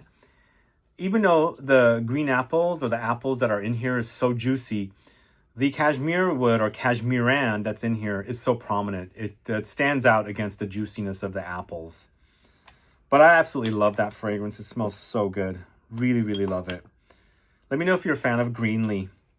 And then last but not least, we've got this Sunset Hour from the house of Goldfield and Banks for a fruity, fun, playful, airy, breezy, fizzy, cocktail-like experience with this fragrance called Sunset Hour. What I like about this one, it's just a ethereal, very flowy, and it's a fizzy drink, like champagne or Bellini kind of an experience. The fruitiness is there. There's also something molecular and musky under there in the bottom and the base. Overall, it's really fun. There's a slight creamy layer there too, but I think it's a great fragrance for the house. And you can also layer this. It's created in a way that layering it with another fragrance is going to be perfect. Pacific Rock Moss, I think, layers perfectly with this. There's a thinness about it, that ethereal quality, which lends itself to layer. Like if it was really thick and dense, it will make for a really difficult layering experience. But since it does have that lightness about it, it makes it easy to layer. There's a new fragrance that they just launched, Pacific Rock Flower. Not Pacific Rock Moss is their older one. Pacific Rock Flower might layer with this as well, giving it more of a sea breezy effect. But that's the last fragrance for the fruity category. Now, we've just gone through 2 pages and we've got 3 more pages to go. And what's remaining are floral fragrances, green fragrances, ice cold fragrances, marine fragrances, musky fragrances, ozonic fragrances, salty fragrances, solar fragrances, and tropical. When I'm mentioning musky, we're not going into the animalic musky direction. These are more like skin scenty musky fragrances. So there's nothing here that's over the top intense. You know, fragrances like Lumari's Porthole might be a little bit more complex. WAVECHILD might be a bit more complex for summer, but still very summer appropriate. And again, really awesome fragrances for you to check out. Stick around and we'll do more fragrances. All right, so we're continuing the video with floral fragrances. Fresh floral fragrances to wear during the summer months, or if you want just a fresh floral experience, you can try these fragrances. And again, I'm selecting fragrances that I know and have worn and have experienced. This video is a great guide for you to find various fresh categories of fragrances to use if you're looking for a fresh experience. So we're going to start off with the first fragrance in the floral category, Van Cleef & Arpels California Reverie. So this is a jasmine-focused fragrance. And what I like about it is that the experience is not indolic, meaning it's not animalic, and it's a fresh jasmine experience. I mean, sometimes noses pick up different things. I don't get indolic from this, but certain noses might think it is. But just imagine citrusy touches mixed in with that gorgeous, freshly bloomed, the jasmine flowers together. There might be a slight marine freshness here as well. But in the end, it's mostly about the jasmine and fresh citrusy touches surrounding it. But it's a uber fresh experience utilizing an overdose of jasmine. If you don't like jasmine in fragrances, this might not be it for you. But Van Cleef & Arpels California Reverie is awesome. One of the best jasmine fragrances, I think. And I like that it's fresh and not indolic, animalic. The next fresh floral fragrance is Nectar from the House of Commodity. And this has been a long-standing favorite of mine. I absolutely love it. And what they've done here is Neroli Orange Blossom with Freesia. And the combination is so intoxicatingly gorgeous. And there's a lot of juicy citruses here as well. And I believe there's pomelo, which is like a grapefruit. So there's a bit of a zing and bitterness mixed in with the sweetness of the flowers.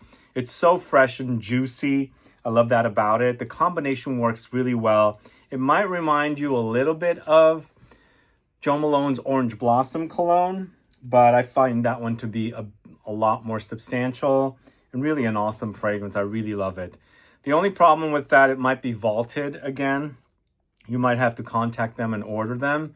I don't know if you can order over the phone or if you have to be present at their store, but totally worth hunting down this awesome fragrance called Nectar from the House of Commodity. The next fragrance is from the House of KLE. It's Marrakesh in a Bottle, Orange Blossom 24. You guys familiar with this one? I think this is my favorite in that collection of 4 kind of tropical kind of themed fragrances. And it's utilizing Orange Blossom, and I love the Orange Blossom. There's a slight warmth under here as well. Maybe taking it into a bit of a Love Don't Be Shy direction, but it's mostly fresh. It's not so overly sweet. But the Orange Blossom is in your face, and it's a fresh take on Orange Blossom, and, fun and playful a little bit.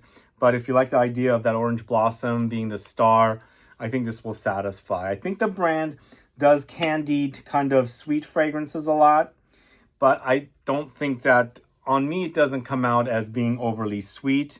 Again, try it out before buying a full bottle, but it's fresh enough to be perfect for summer wear. Going to the House of Myth once again. This is Nude, another Canton Biche creation. It's floral once again. Once again, we've got that signature Canton Biche touch.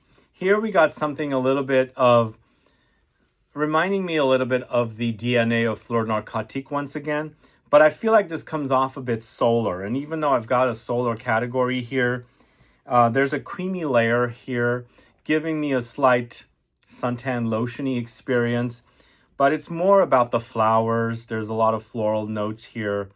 And that whole signature DNA. I guess I get a little bit of a fruitiness in this as well, typical of something like Fleur Narcotique. But this one to me reminds me a little bit more of Van Cleef & Arpels Neroli Amara. So I feel like there's Neroli type notes in here.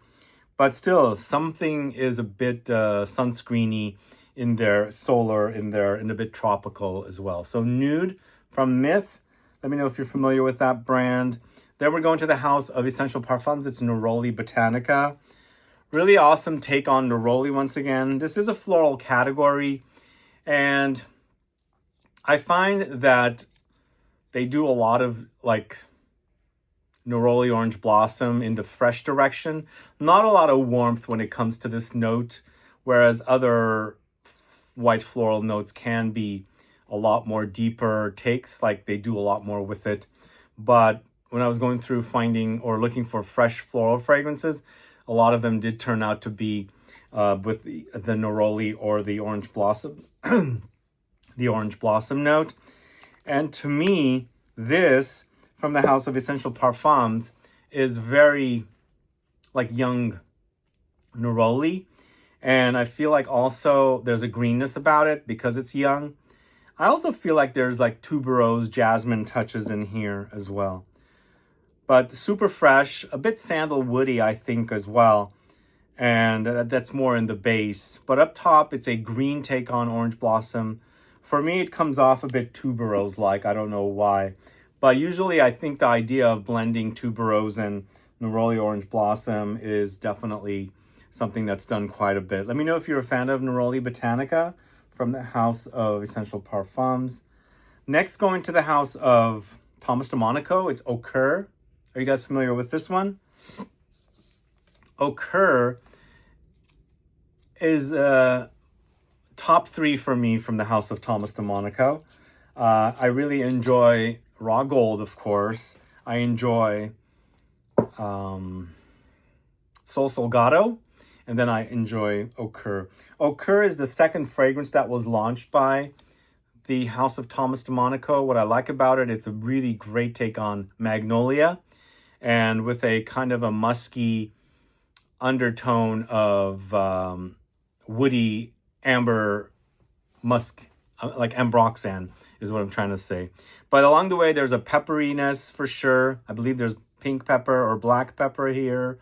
And a light rosy essence as well. What I like about it that I felt like when Raw Gold launched, and then of course Au Coeur launched right after, I felt like it was definitely somehow distantly related to Raw Gold, more of a floral take on it. But when you put them side by side, they don't smell alike. But I felt like there's something golden ambery there that I think it's the ambroxan that's in this. Whereas with Raw Gold, which is a lot more deeper, I felt like that was more of a substantial fragrance. But Au Coeur is fresh enough to wear in the summertime and it smells super sexy. That's Au Coeur from the House of Thomas de Monaco. And the last fragrance in this floral, fresh floral category is from the House of Atelier d'Azur. It's Nuda Veritas. So Nuda Veritas is this could have gone into the marine category, which is coming up soon. But for me, it's about jasmine with marine notes. I think they use cologne or cologne-like notes in here. And even though I'm very challenged with that note, this is a tolerable amount of it. And it smells super fine. There's a bit of a creamy undertone here. And I think it's because it's white flowers once again. There's a creamy smooth, like almost like sunscreen or suntan lotion creaminess. there's a kind of a solar effect happening, and that this also could have gone into the solar category as well. But to me, it's a really great fresh jasmine with like a sea breeze happening. We're not swimming with the fish with this one for sure, just like a sea breeze. Just imagine this big jasmine bush, you're getting the fragrance from it, and there's this really nice sea breeze coming and hitting your nose, and you're getting the combination of the sea breeze and then also the jasmine. And also the jasmine in the Nuda Veritas is not similar to the jasmine in California Reverie. There's something more solar and creamy happening with Nuda Veritas in comparison to the California Reverie, which is more like a fresh floral and citrusy thing, whereas Nuda Veritas, like I said, it keeps giving me like a creaminess, so giving me like a little bit of a solar sunscreeny effect. So that is the floral category of 7 fragrances. We start out with a lot of categories with more fragrances. We are doing less fragrances in the remaining categories. The next category I'm going to talk to you about is green.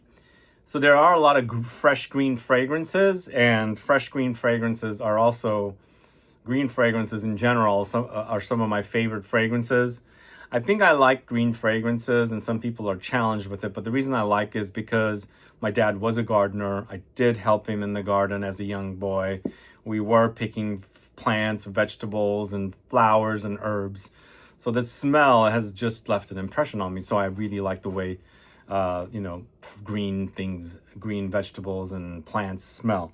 So I like fresh green fragrances, or green fragrances in general.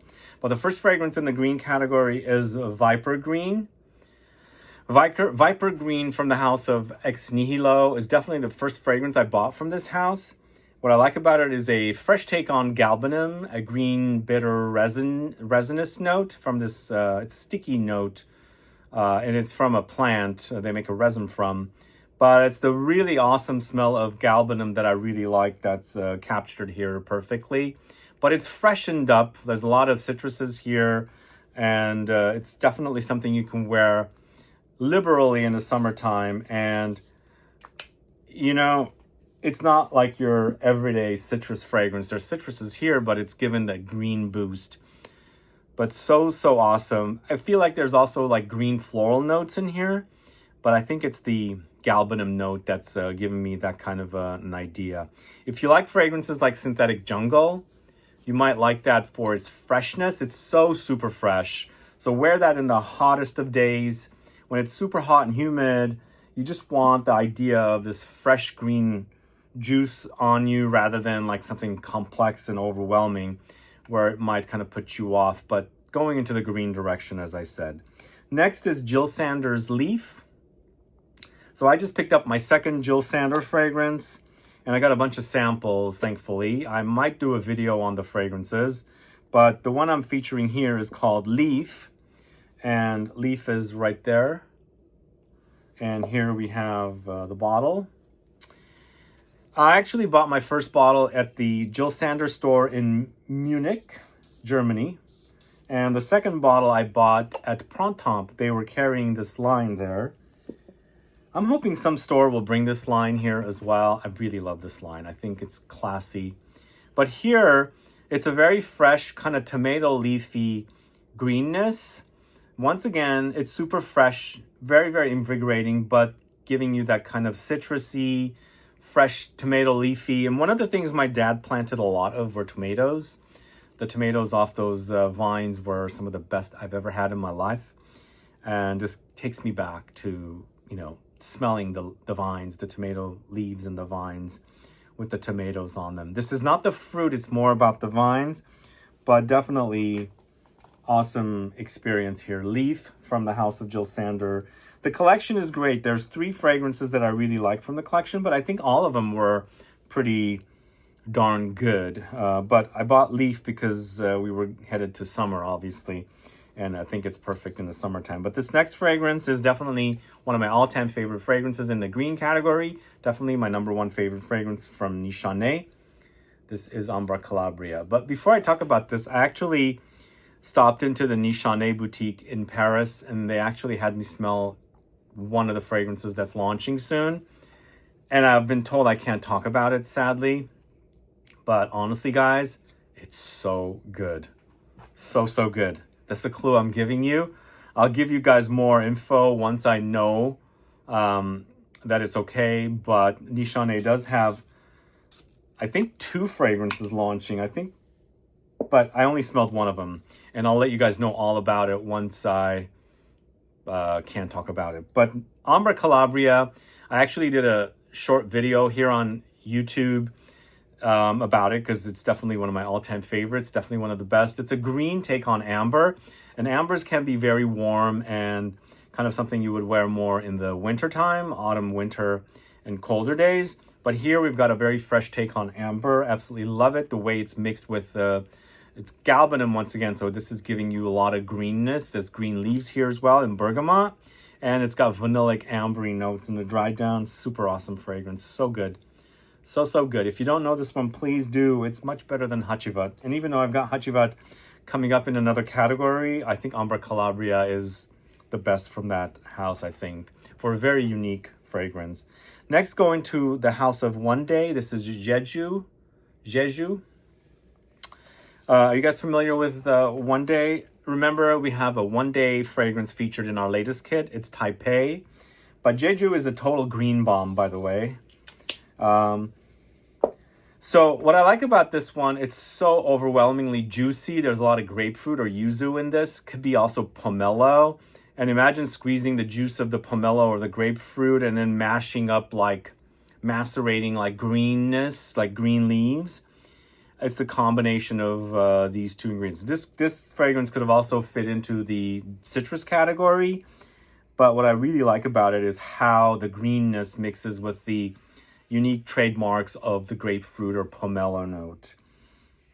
So juicy. So, so juicy. I love it. Jeju from the house of One Day. Let me know if you're familiar with that. Then we've got a fragrance from the house of Estier de Valette. It's Montes La Jolie. Oh my God, this stuff is so good.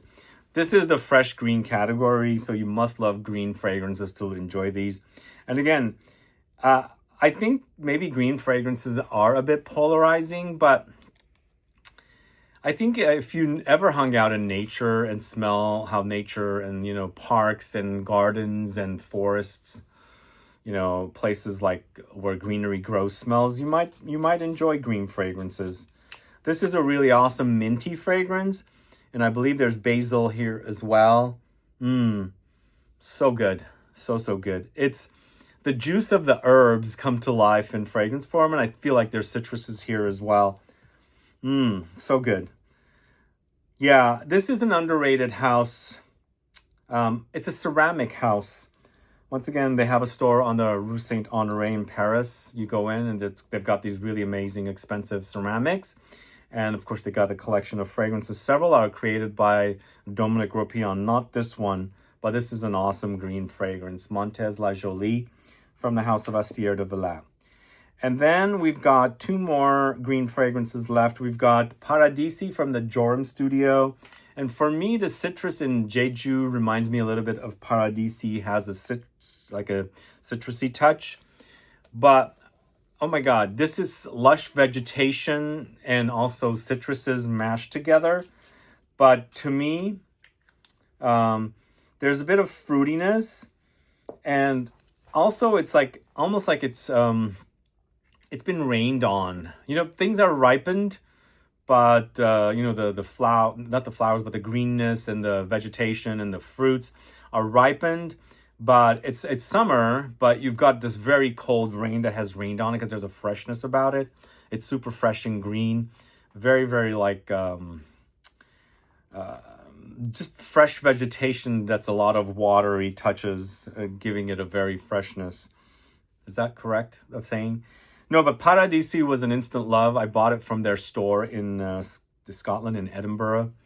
I went through the whole collection with one of their associates there and ended up really loving that. Definitely an awesome fragrance, but I love the intensity of the greenness there. There's a tartness about it, and I feel like there's grapefruity touches in here. That's why it's reminding me a little bit of Jeju. But, oh man, if you haven't tried this, please do, especially if you like, you know, green fragrances. And the last fragrance that I'm going to talk to you about in the green category is Malamata. Malamata was featured in a Scent Club kit last year. We have some individual samples left of it if you're in the market for this. It's a Dominique Ropion created green fragrance. It's also an award winner from what I hear.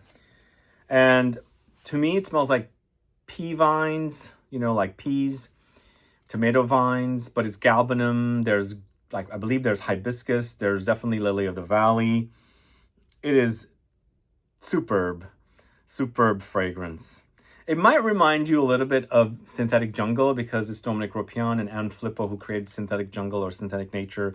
They work together. Not identical. There's differences about these two fragrances. This one to me more like pea vines. I don't know. I've had dishes in restaurants that have pea shoots on them.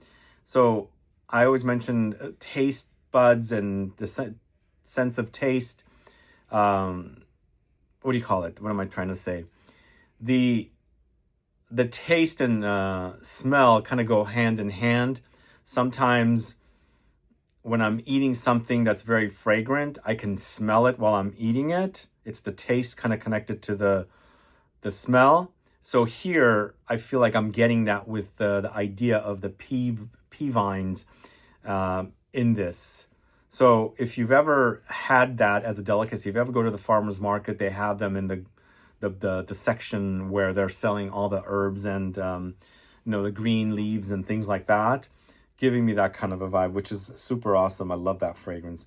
I carry some of the leftover samples from Scent Club with this fragrance, and I spritz myself when I want something green. So that's the last fragrance. It's Rus and Rus Malamata. Let me know if you've sampled that one. This is the green category, the fresh green fragrances. Now we're moving on to the ice cold category. This is a category I came up with. A lot of fragrances like juniper berries, giving you the ice cold effect. And if you want something that's gonna come on to you or spritz onto you very ice cold, these are the fragrances you want to, try. First fragrance is going to the house of Headspace. It's called Genièvre. I think that's how you say it, which basically translates to juniper. And again, there's an ice cold metallic quality about juniper. And it smells so good also, giving you the gin tonic vibe. I don't know if you've ever had gin tonic. It's one of my favorite, cocktails to have, because it's very refreshing. Gin is an acquired taste. I didn't really enjoy gin until probably 10 years ago. But I really get the vibe here. With a lot of the fragrances I'm going to talk to you about, they come off sharp, they come off ice cold, very refreshing, very cooling, and metallic as well, which is what this is. Very aromatic and very, very spicy, and giving you the gin vibe. But the next fragrance is Gentle Fluidity Silver from the house of Maison Francis Kurkdjian. This was an acquired taste for me. I mean, it grew on me, and now I'm obsessed with the smell. But for me, when I first started smelling this one, it was so sharp to my nose, I didn't really like it. And sometimes that happens. And this is an overdose of juniper. So much of it here, so sharp. But it's, for me, by testing it out more and more on skin, I started liking it. Then I started smelling it on people too. And once it's mixed with the body, and you know how it connects with your own chemistry and it projects off of it, that's when it starts smelling really great. But at first smell, it's so sharp and metallic and so juniper heavy that I kind of couldn't tolerate it. Also, the gin idea comes to mind with this once again. And it's a great freshie. It's long lasting, super intense, very sharp, very metallic, very aromatic as well. And if you like the idea of ice cold, definitely try this fragrance, Gentle Fluidity Silver. Not the gold. Gold is totally different. Although gold and silver are kind of reversed with the notes breakdown and how much of it are used. So in the end, I guess you're supposed to layer the two together, but they smell great on their own. Let me know if you're a fan of Gentle Fluidity Silver. Let me know if you're a fan of Headspace's Genièvre. Let's move on to the house of Hermès. It's Terre de Hermès Eau Givrée. Very ice cold fragrance. This is to replace the Terre de Hermès flanker that was pulled because of an ingredient ban.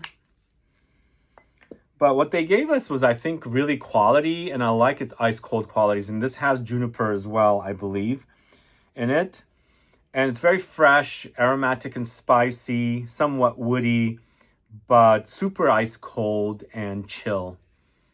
And from a designer, so it's not going to cost you too much money if you don't want to pay for niche fragrances, but still want quality offerings. Doesn't smell like the Terre de Hermes DNA, but it's a great flanker, I think, if you want to keep it in the Terre de Hermes family of fragrances. So that's Terre de Hermes Eau Givre from the house of Hermes. Then we've got a fragrance called Blue Gin from the house of Mise en Cire. I don't know if you've tried this one.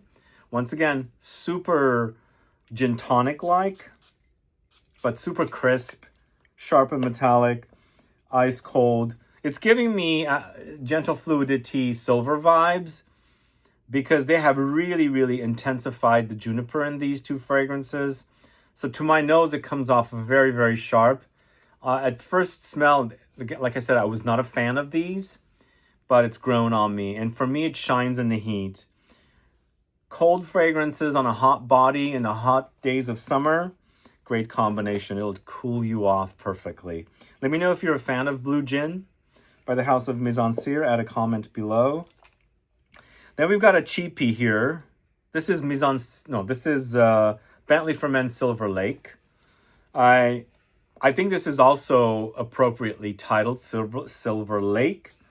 So it's kind of ozonic and crisp and also ice cold, but for me, not as ice cold as Gentle Fluidity Silver and Blue Gin. But still, it's metallic, it's sharp, it's cooling, refreshing, and also doesn't break the bank. It's kind of really inexpensive. You can find it for like $40. But the cool thing about this category, if you're a man watching this video, this category, the ice cold fragrances, utilizing a lot of the juniper notes and fragrances, do lean on the masculine side. But most of these are unisex targeted, except for the Bentley and, of course, the Hermes fragrances. And the last fragrance I'm going to talk to you about here, no, we've got one more after this. This is Hachivat from the house of Nishane. To me, this is screechy, ice cold, but fruity and also earthy. It's got the pineapple, it's got grapefruit, there's patchouli, but the effect of the fragrance is pretty ice cold, but super sexy. It's a Chypre style. It's a bit like Aventus, but not as soft as Aventus. It's got that harshness about it. And that harshness with the notes breakdown gives me the whole screechiness and making it something very ice cold. Really great offering from Nishane. My favorite from Nishane is still Ambra Calabria. I think that's a fine fragrance. Really unique. But I think Hachivat is also a really quality if you want something ice cold and totally refreshing with a fruitiness. And then the last fragrance I'm going to talk to you about in the ice cold category is Juniper Sling. This is giving you the gin tonic vibes once again. But long-standing fragrance from Penhaligon's created by Olivier Cresp. This gives me more of the finished gin tonic smell. There's also like, because for me, gin is, like drinking gin is tough. I don't like that bitterness, but I have to always add in the tonic. So a lot of the fragrances I spoke about so far was just about the gin with a little bit of the tonic. Here with Juniper Sling, I get a lot more of the tonic, so there's a bit of sweetness there. But still, ice cold, very aromatic, spicy, somewhat woody, and definitely, utilizing a lot of juniper in the fragrance. And, makes sense. It's called Juniper Sling, after all. So what are we focusing on? It's the juniper note. And again, if you like ice cold fragrances, if you like the effect of gin tonics or gin in general, look for juniper in fragrances. Those are the ones that are going to act sharp, metallic, ice cold, chilly, and all that kind of stuff. That's exactly how I experience them. Sometimes if they're overdosed, like with the MFK, I couldn't stand that fragrance. It was so sharp to my nose. I hated it, but it grew on me, it'll happen. But anyway, those are the ice cold fragrances. So next up, we've got marine fragrances. And marine is a category that was very challenging to me when I first started, talking about fragrances on camera, like in 2012, I couldn't stand a lot of marine fragrances, especially ones that had a lot of cologne. It's a synthetic note that makes fragrances smell like the sea, seawater, oceans and things like that. But it became so sulfuric and fishy on me that I can stand it. I've got a great collection of marine fragrances here that I think are perfect in, warm weather wear. So they're fresh. First of which is Reminiscence Le Rem. This was recently featured in our latest mystery box. Let me know if you got your mystery box and what you thought of Le Rem. Le Rem is an older fragrance from Reminiscence. And the brand has rebranded. And they've relaunched their fragrances. And I've been a longtime fan of Patchouli from the house. And this is also, I think it's a really solid marine fragrance.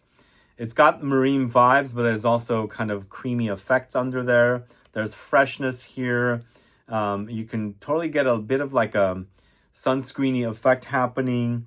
But it's that very comforting kind of a sea smell that it's a bit salty and marine together with, other notes working together. So that is Le Rem from the house of Reminiscence.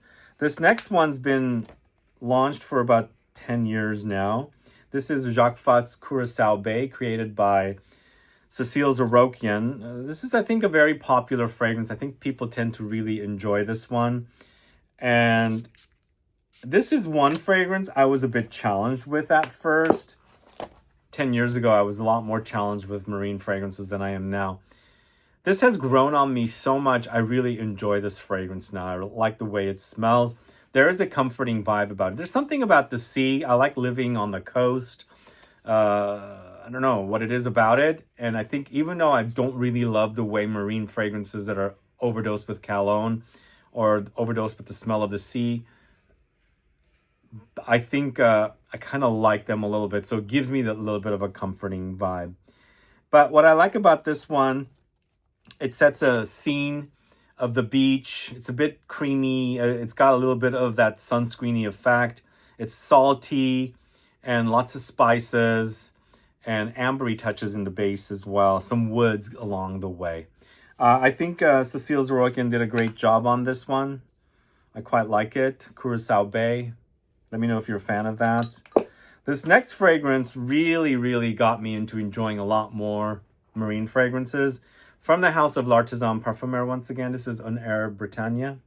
What I liked about this one, and this one actually utilizes cologne as a note. They actually list it. What I like about this one, the cologne has been crossed out with the overdose of lemons. So this is almost like a lemon grove next to the sea idea. So you've got a lot of citruses, a bit sweet, not so tart.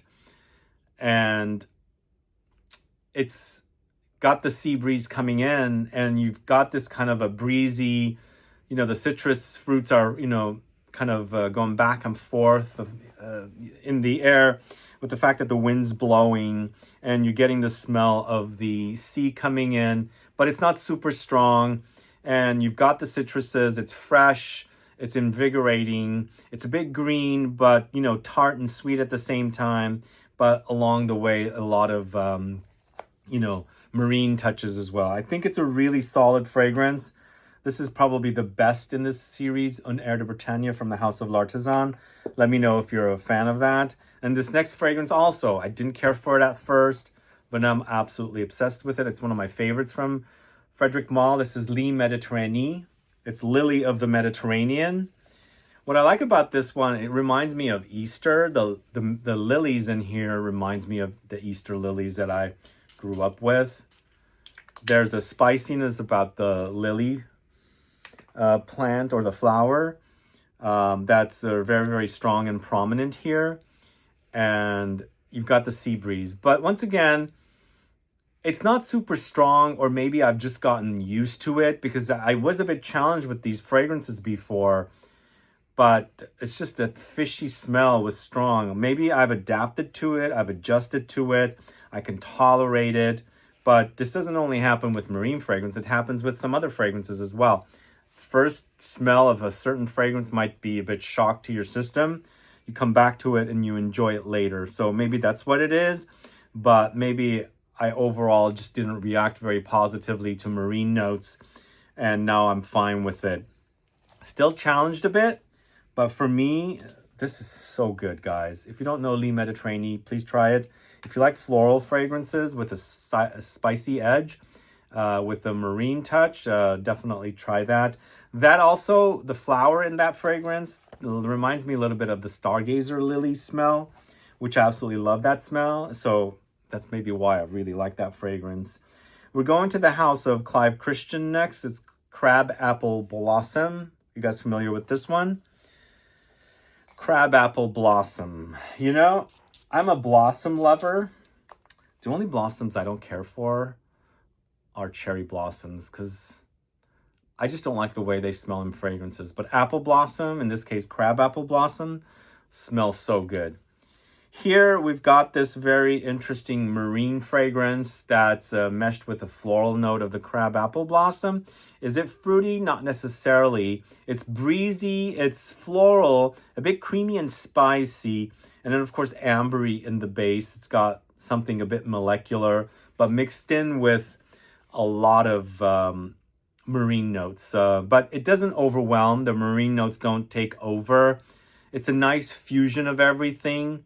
It's not necessarily super strong with the marine side. A nice balance. It's totally wearable and tolerable. But if you haven't tried this one, do. I think it's a great scent from the house. Although I still prefer Town and Country from that house a little more. But I think that's a pretty solid fragrance. Next, going to the house of Anfas. It's Samaha. You guys familiar with this one? So this one was also recently featured in a mystery box. Let me know what your thoughts are on this. This one, once again, it's a marine fragrance with an overdose of flowers. So this could have ended up in the floral list. Why is this not closing very well? Strange. I think it's just magnetic. I like the whole marine floral combo. I think anything that balances out the smell of the marine notes is something that I prefer much more than an overdose of marine notes. Healy had a fragrance, or still has a fragrance, something salty, and I can't remember the name of that Healy fragrance. This was like very popular on YouTube when I first started doing YouTube videos, like in 2012, 2011, before I started. I think something to do, Cell, I think was in the name. That fragrance I couldn't tolerate at first when I first started doing videos. But here, what I like about it, the flowers are a bit overdosed and they are crossing out the marine notes. On skin, of course, a lot of these fragrances with marine notes are going to appear more on skin. I'm smelling it off the strips right now because I don't have a lot of room for all these fragrances I'm talking about. But if you are challenged with marine fragrances or marine notes like I am, test it on skin, because you're going to experience the marine notes a lot more on skin in comparison to on the strip, obviously. But sometimes they're so strong, they'll stand out on the strip really fast, and you'll notice it very quick, especially if you are sensitive to those kind of notes. But here, it's a beautiful, breezy overdose of flowers with a light touch of sea breeze coming in to give you this very fresh and floral marine experience. So I don't know if you guys got your sample kit mystery box. Let me know what your thoughts are on Samaha. And that's the last marine fragrance I'm talking about. So we've got several categories left. The next category is musky. So musky fragrances, guys. Let me know if you enjoy wearing musky fragrances. First of all, I should clarify, we're not talking about animalic musky fragrances. These are all clean musks, so you don't have to be concerned about wearing these when it's warm outside, because this is a fresh fragrances video. And so they're also kind of white musk, clean musk fragrances, so those should be perfectly fine to wear as fresh fragrances. So we've got 8 fragrances in this category. It's one of my favorite categories, musky fragrances. First of which is from the House of Chanel. It's 1957. And what I like about this fragrance, It's powdery. It's also overdosed with citruses and citrus floral notes, but super overdosed with musk as well. There's a lot of white musk in here. Or if it's not white musk, it's a clean musk. But it's also very powdery, so if you're not into wearing powdery fragrances in the summertime, be warned, I guess I should say. To me, it's very powdery, but it's a really, really great fragrance from Chanel. And I love it for its freshness, its muskiness, and its powderiness as well. Because remember, it is very powdery. Definitely one of the best from the Les Exclusives collection from Chanel. Let me know if you're a fan of Chanel's 1957. But the next fragrance I'm talking about is from the house of LK. This is Musk K. You familiar with LK Musk K? So this is the second LK fragrance I'm featuring. It's a pretty extensive catalog, and the brand is now selling at ZGO Perfumery. If you haven't discovered this house yet, go over there and check them out. Tell them Sebastian sent you. But definitely Musk K is a top 5 for me. Their new fragrance, Amber K, is really great, chocolatey amber. This is a very clean musk. Really, really clean, super awesome musk fragrance. And the DNA here is so super awesome. I think she did such a great job on this one. It's an addicting kind of smell, but super laundry-like cleanness.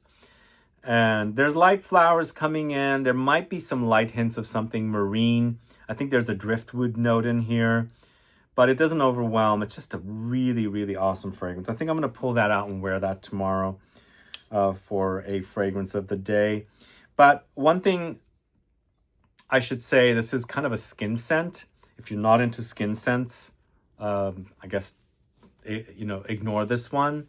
But I love my fragrances to be super strong, but I also really love skin scents because sometimes the way the fragrance smells as a skin scent, if you intensified it, it will never smell like that. So for me, it's all about the smell. And it's a skin scent. I know it is, but it smells so good. I'll definitely wear it, kind of a thing. But LK's Musk K is so awesome. Let me know if you haven't tried it. If you are a fan of skin scents, musks, definitely try that one out. It's perfect in the summertime, I think. Next, it's Initio Parfums Musk Therapy, a fruity take on musk. Actually, I was a big fan of Musk Therapy, but both of them are white bottles, as you can see, but I really love Musk K. It's a new love. But I also really love Musk Therapy. The fruitiness, the berry fruitiness in there is so awesome. And it gives you a bit more depth in comparison to be just musk. So you might think that Initio Musk Therapy might be a bit more substantial because it has the fruits. Because the Musk K from LK is a bit more simplistic and there's not a lot going on with it. And there's no notes that really stand out like the fruits in Musk Therapy. So it's a toss-up, and I've worn so much of Musk Therapy that I'm a bit more into Musk K now. But Musk Therapy is also great, especially if you like a fruity musk. Let me know if you're a fan of Musk Therapy. What about Musk K? Add a comment below. Let's go to the house of Javoy. This is Musk Palace. Once again, we got another fruity musk here. This, I believe, is apricots. Or is it peaches? I can't remember. I think it's apricots. But it's a fluffy musk, airy, cloudy, fluffy, soft, pillowy, cushion. Those are all things that come to mind with this. And I think it's molecular musks and also musk in there, like white musk. Plus, it's got the fruitiness. It's really cozy. There's a softness about it, and I think this pillowy idea with Musk Palace is giving me more of a comfy coziness. A lot of musks can be comforting and cozy, but here I get more of it with Musk Palace from the house of Javoy. Let me know your thoughts on Musk Palace. It's fresh enough to wear in the summertime, not super strong and intense. Next, going to the house of Juliet Has a Gun, Not a Perfume. So appropriately titled, Not a Perfume is like not a perfume because there's hardly anything there. It's Cetalox is the note, which is a proprietary ingredient, sort of like ambroxan. It's soft, it's clean once again. There's hardly anything there. I think the idea is to put it on and mixes with your own chemistry and you create your own musk with it. So it might be too skin scenty for some people, but some people really love its minimalistic qualities. And I think you can totally wear it in the summertime liberally and not overwhelm yourself. Are you a fan of Not a Perfume, or do you prefer Superdose? Superdose, Not a Perfume Superdose is so intense. There's definitely a lot of smell there.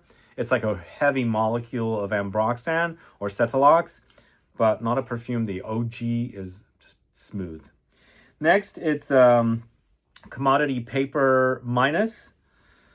And this is ISOE Super, but definitely very personal. It's woody, it's musky, and kind of like Molecule 1. I left off Molecule 1. I probably should have put it here. But I don't know. Do you classify this, since it's woody, ISOE Super is supposed to smell like cedar? I classify it as fresh, especially in the white bottle because it's the lightest. It's a skin scent.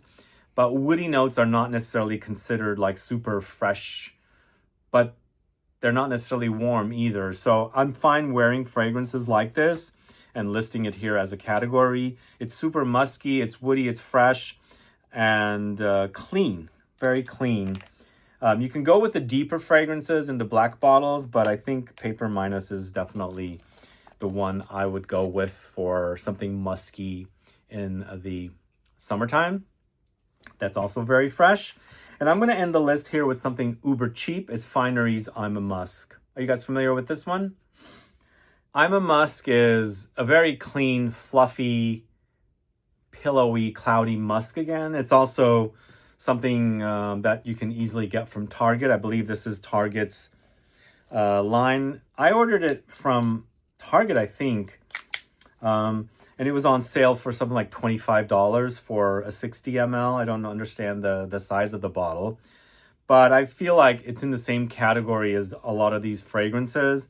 But once again, it's more like Not a Perfume, but as it gets on you and stays on you, you pick up something sandalwoody and creamy when it's drying down. Almost like a milkiness, which a lot of sandalwood does provide. So it's super smooth, and I love the way it smells. If I want something super minimalistic and something extremely cheap, this is what I would pull for. And $25 for a 60 ml is super awesome. And you can use it to enhance fragrances or layer with, or just wear it on its own, and you get this very clean, musky experience with Finery's I'm a Musk. Let me know if you're a fan of that. A lot of their other fragrances do seem dupey, although lately I think they are launching things that are not necessarily dupey. And from what I hear from people, the fragrances do not last. And with this fragrance, I don't really care if it doesn't last. It's supposed to be a skin scent. So it has that going for it. I know that a lot of skin scents are not going to last. Also use it as an enhancer. But people do complain about the fragrances of Finery and that they are not very long lasting. But let me know your thoughts. Add a comment below. And let's move on to the next category. And the next category, we have ozonic fragrances. And ozonic fragrances, to me, the way I explain ozonic fragrances, a lot of times they create an accord, an ozonic accord, or they use violet leaves. But for me, if you want to picture ozonic fragrances, take a cucumber, slice it, and see the inside of the cucumber. That's what I get with ozonic. That fresh, watery crispness is what I experience with a lot of ozonic fragrances. Violet leaves, like for example, Fahrenheit utilized violet leaves. Even though it's kind of a fresh, powdery note, they use it with a lot of leather, so it intensified the fragrance. But a lot of these fragrances I'm going to talk to you about now do utilize violet leaves, and sometimes melons as well gives you that effect. Even cucumbers, maybe even apples kind of gives you that crisp ozonic touch. But the fact that they utilize the violet leaves here, it's not going to be as intense as like leather in Fahrenheit. It's going to be more fresh and invigorating, and just picture the cucumber, as I said. So the first fragrance I'm going to talk to you about is from the house of Nishane. It's Ege. Ege is a fragrance I didn't care for at first. It came off very marine to me, even though it didn't have marine notes. It's very ozonic, very, very ozonic. And it smells like violets and cucumbers and a little bit of mint mixed in. It's almost like tzatziki without the yogurt. It is a Greek perfumer after all here, Elias Hermanides. So it's giving me that kind of a vibe, and I'd love tzatziki type salads, yogurt, cucumbers, mint, very refreshing. And it gives me that kind of an idea here, the cucumbers, but not the yogurt, obviously. But so cool and, invigorating and crisp as well at the same time. I'm not sure why I was not really into that fragrance at first, but it's really grown on me. It's become a favorite of mine from the house of Nishane. So that's Ege from the house of Nishane. Next, we're going to the house of the Harmonist. It's Guiding Water. One of my favorite loves, or I should say, one of my first loves from the Harmonist. And this is a watermelon-y ozonic fragrance. It does have that kind of fruitiness thrown in. And earlier, I spoke about watermelon, the juice box Feel and Chill. Do these fellas, I think the ideas might be similar here with this one and Feel and Chill, but this smells so different to me. This smells more like violet leaves or cucumbers with watermelon.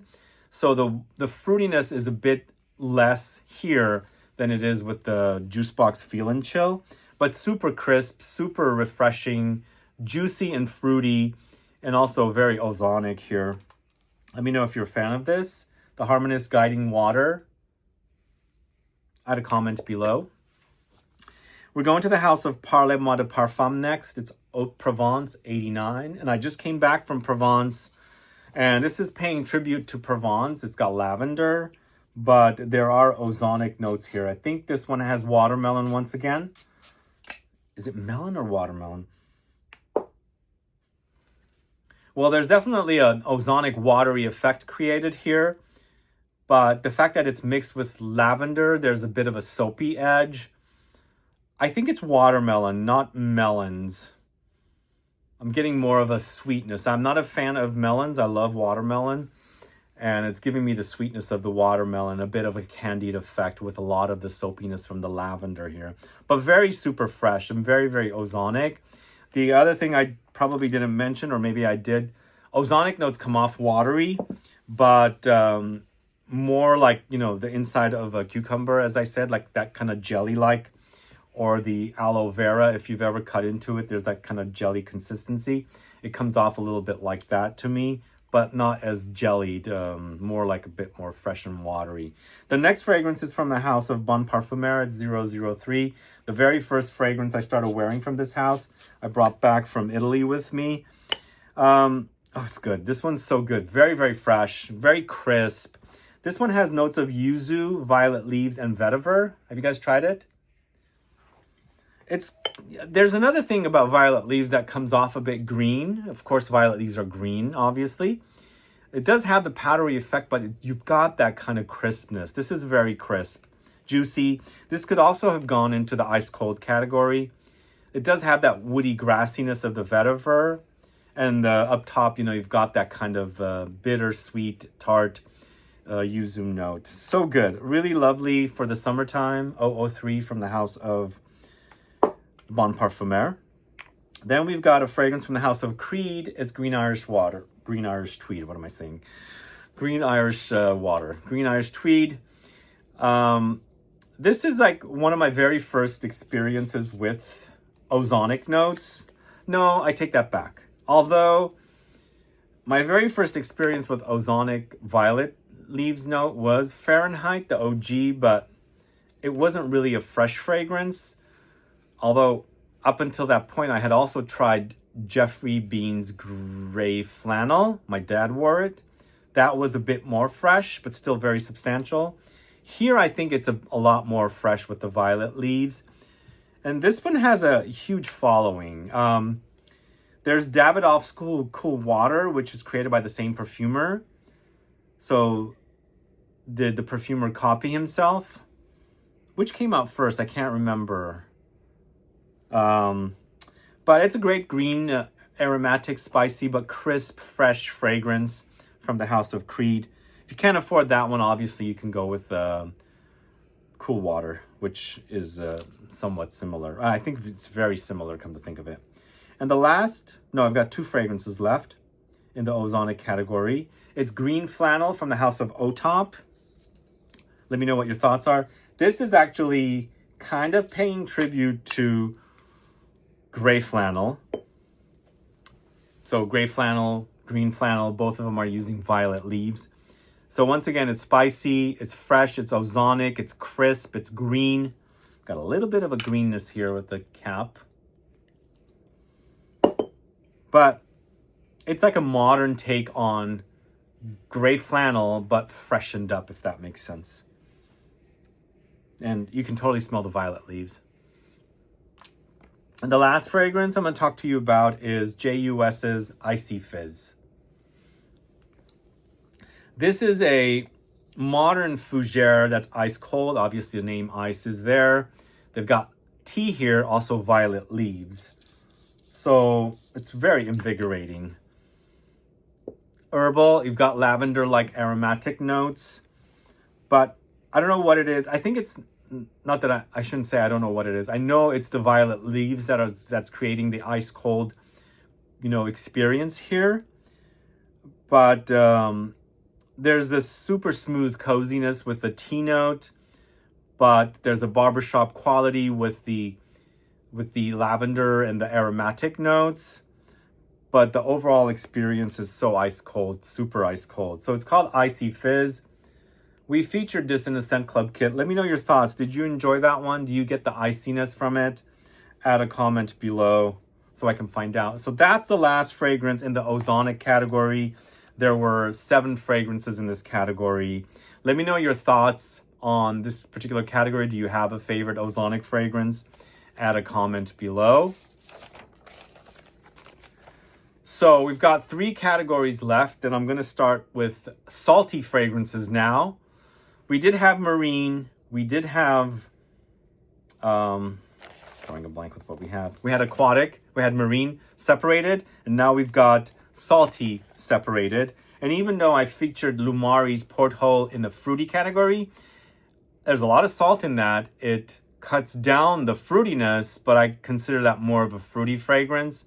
And the salt is like a little bit more of a supporting player. Here, the focus is salt. So we're going to start off with the first fragrance called Ciel d'Argent. So Ciel d'Argent from the House of BDK. Super salty fragrance. This is in the fresh collection of fragrances that I'll also include Citrus Riviera and Neroli. Is it Citrus Riviera?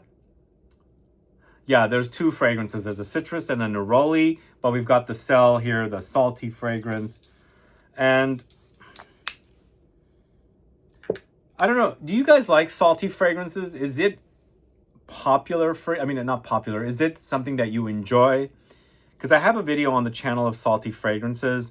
And salty fragrances, I think, kind of go towards the idea of marine. Porthole, it's porthole inspired by the porthole on a ship or a boat. And so it didn't necessarily go marine with that one, but it was quite salty.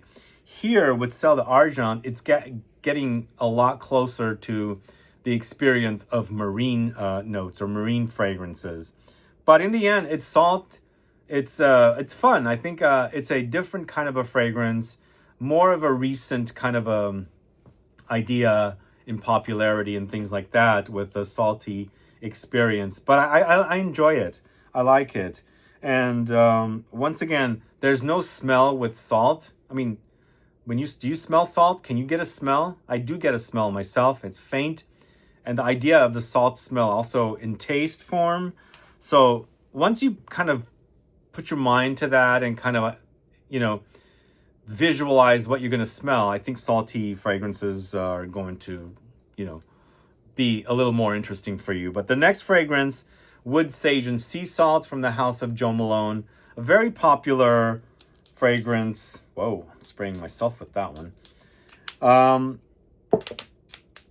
It's a very crowd-pleasing fragrance. And even though it's not a very long-lasting fragrance, I really love the way it smells. There's ambrette seeds here. There's sage. It's a bit woody and, of course, salty. Just a very pleasant eau de cologne style. Crowd-pleasing for sure. I mean, it's very short-lived. It's not a long-lasting fragrance. Carry the bottle with you. It smells great. Don't get me wrong. It's a short-lived fragrance, but still smells great. It's super musky and salty and also aromatic. But this next fragrance is a really, really awesome salty fragrance. And even though it's vanilla, I think it totally works in the summertime because it's giving you like beachy vibes. It's vanilla vibes. Beachy vibes with vanilla vibes, right? So the salt cuts through the vanilla, so its experience is not super intense. But you're getting that kind of sunscreeny effect. It's warm. It's ambery. It's a bit floral also, but creamy too. But it's all toned down with the saltiness. I think this is a really, really awesome offering from this house. Probably one of the best. If I did a ranking of this house, they did a really great job. You got a little bit of marine thing happening, but I like the fact that it has the warmth of the vanilla and the saltiness of the salt, which is kind of like really wonderfully playing together to create this beachy kind of solar, a bit sunscreeny kind of thing happening all together. Wonderful offering. Let me know your thoughts on Vanilla Vibes. Add a comment below.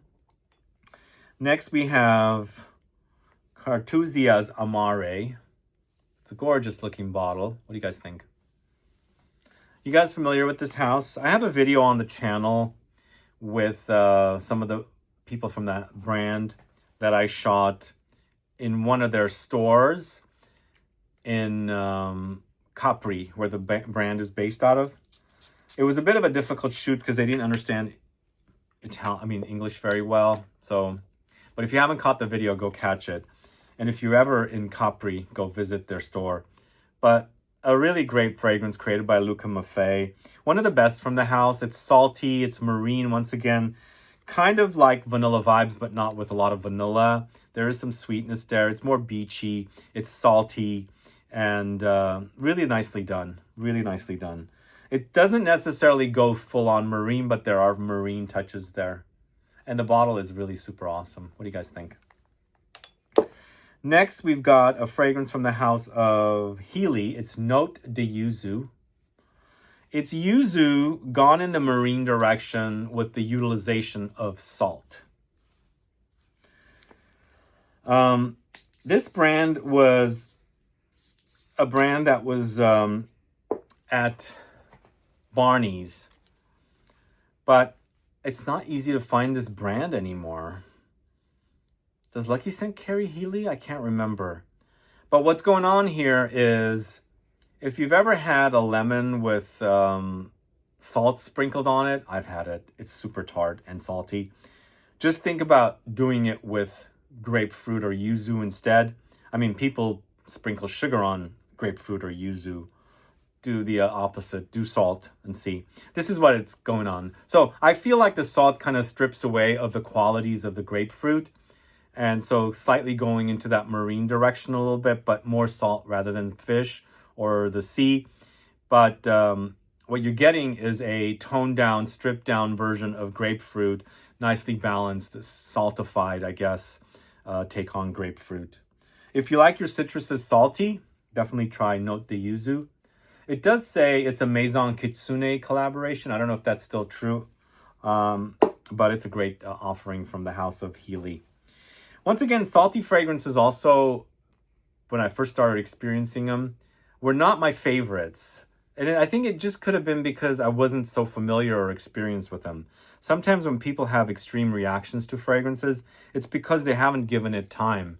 And eventually they'll come around to it and, appreciate it later, which I've done myself. But I don't react as negatively to a lot of fragrances anymore because I know that my nose is not used to it and I'm probably going to end up, either appreciating it or enjoying it later. But the next fragrance I'm talking about is Beach Giza's Ocean Water. You guys familiar with this brand and this fragrance?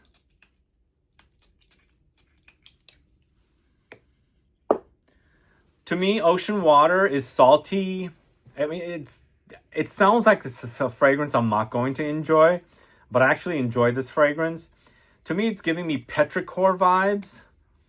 It's very earthy and minerally as well, and salty at the same time, but not very marine. I think Ryan, the perfumer, might have created the marine effect with the petrichor kind of minerally saltiness.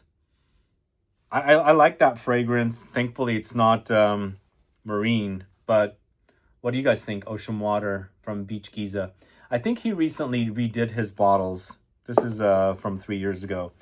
And the last salty fragrance I'm going to talk to you about today is Dior's Eden Rock.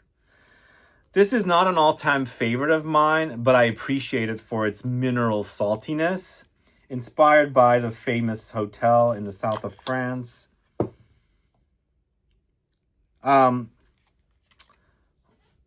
It's very sunscreeny, but without the utilization of coconutty notes and fruits. It smells like skin dipped into the water and you've come out of it, and your skin is salty and a bit minerally, you know, kind of the way the seawater smells. And with a light kind of tropicalness thrown in. Maybe there's like light flowers in there as well. Not my all-time favorite from the Dior Privé. I think it's got its fans. What do you think about Dior's Eden Rock? Let me know. Add a comment below. And that's the last salty fragrance I'm talking about. We've got 2 more categories left. All right, guys, continuing on the series, I had to pause the video there and remove all the fragrances off the table and put the new ones. And we only have 2 more categories left. We have solar fragrances, and we also have tropical fragrances, and I've got 8 fragrances each here. If you haven't subscribed to the channel yet, please subscribe to the channel, especially like if you're just tuning into the channel and this is the first time you're hearing me speak about fragrances. Please click the bell icon as well when you're subscribing so you'll be notified for future videos like this. And also, please give a thumbs up for the video so it'll help with the algorithm. And if like I said, if you've just tuned in and never tuned into the channel before and you're discovering the videos, let me know what kind of a deep dive video you would like to see on the channel in the future. Like, what theme would you like me to do? You want me to cover a perfumer? You want me to cover another genre? You want me to cover a whole brand? There's a lot of fragrances here, and I can go over a lot of different types of fragrances in one deep dive video. Anyway, so let's go ahead and start with solar. Solar fragrances, it's kind of a new genre, or I guess the fragrances kind of existed before, but they've come up with kind of a new genre or category. Solar kind of referring to the sun and any fragrances that might associate with the sun. You know, freshly bloomed flowers under the sun could refer to, you know, the beach and things like that. Any place or anything to do with the sun, pretty much. So a lot of floral fragrances here, tropical fragrances here, although we have a separate category of tropical fragrances. They're not necessarily too solar, but I think you can kind of connect these categories together. The first fragrance is Bronze Goddess from the house of Estee Lauder. Let me know if you're familiar with this one.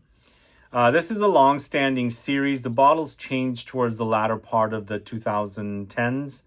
And there's been flankers of the fragrances. I've got several. What the heck's going on with my bottle? Something has... Oh, I think it's part of my cap that's wearing off on the sprayer. But Bronze Goddess is floral. It's beachy. It's a bit tropical. And to me, it smells like the sun, the warmth of the sun on skin with a sunscreen or suntan lotion on. And it's a solid fragrance. I think it smells really, really great. I like that freshness with the floral notes, with the warmth. It's almost like a clash, but it works beautifully.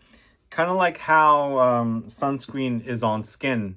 it's warm. So you put it on and you lay under the sun and it gets warm on you. So it's the perfect example of a solar fragrance, where happens to be from Estee Lauder. I think they did a great job on that one.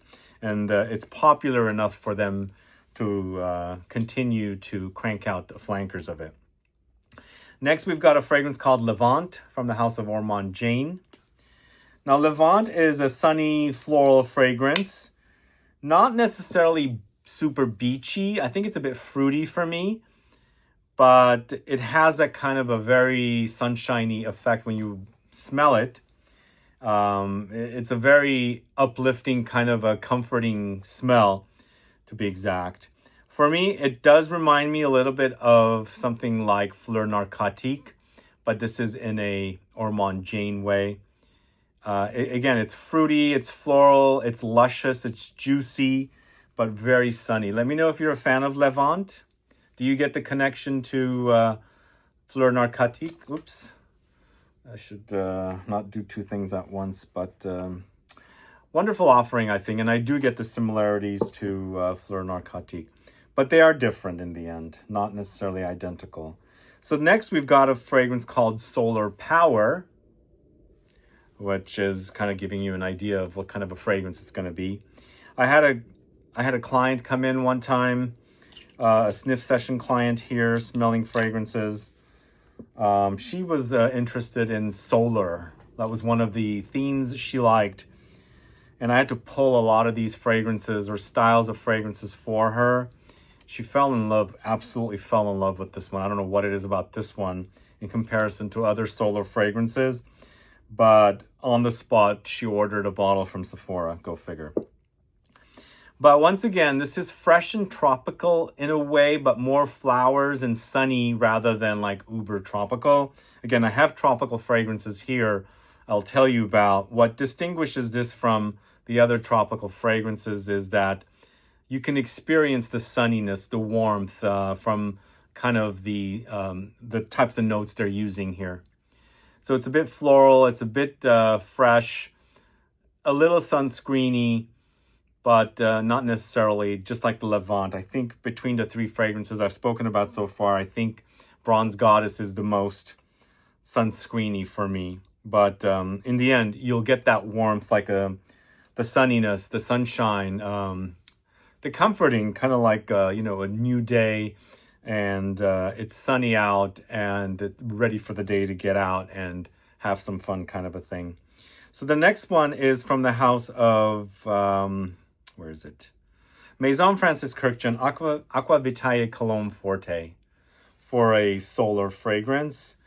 I would say Ylang Ylang is definitely a solar note. This one has Ylang Ylang, but there's also sunny citruses here. That's another note I would associate with solar. Citruses are typically solar. They kind of bloom under the sun, grow under the sun. But this has the trademark muskiness, that clean laundry-like musk that is typical of the Maison Francis Kurkdjian fragrances, but in a sunny solar way. And I think, look at the color. A lot of these bottles, the color they're just giving it to you right away. It's like sunny, solar, yellow, orange. Totally what it does. But if you like, I think in the Cologne Forte collection, it's Aqua Vitae Cologne Forte is my favorite. It's kind of a toss-up between another one. But if you like that idea of solar, definitely try the Aqua Vitae Cologne Forte. But this next fragrance is from the house of Pierre Guillaume. It's Sensuality. You guys familiar with this one? So this one is definitely very sunny. It is beachy, kind of sunscreeny, but creamy also. There's a lot of sandalwood in here, giving you a milky, creamy effect. But there's there's a lot of like floral notes in here that are also kind of playing and giving you like a creamy white floral with a creamy woody effect also. So I added this fragrance in the mix here because it does have the white flowers, and I associate those with solar. But it's warmed up with that creaminess of the sandalwood. So there is that kind of an effect going in here. I don't get the beachy much, but for sure, it's a very sunny fragrance with the warmth of the sandalwood and the freshness of the sunny white floral notes. The next fragrance is called Vacation. And this is done by the folks at Arquiste, but they don't put their name down as Arquiste. It's Vacation by Vacation. This brand also has become quite popular lately. They have a lot of products and things like that associated with this vacation theme. This is very solar for me, but very kind of plasticky kind of ylang ylang comes to mind. There's a banana effect here for some strange reason. And it smells of some kind of a sunscreen from the 80s, if that's the right way to put it. I think it's a fun concept. It's just a fun fragrance, I think. It's nostalgic and it kind of brings back memories of the 80s. There's a very kind of a banana kind of 80s candy smell in here. And I think it's from some kind of a floral note that they have in here. But a fun fragrance. Let me know your thoughts on Vacation. Are you a fan? And then we've got Lust for Sun from the house of Juliet Has a Gun. This is also a solar fragrance, but super fruity. And I believe this has magnolia as a note. It's fresh and fruity, but also magnolia. And very sunny. It comes off very warm.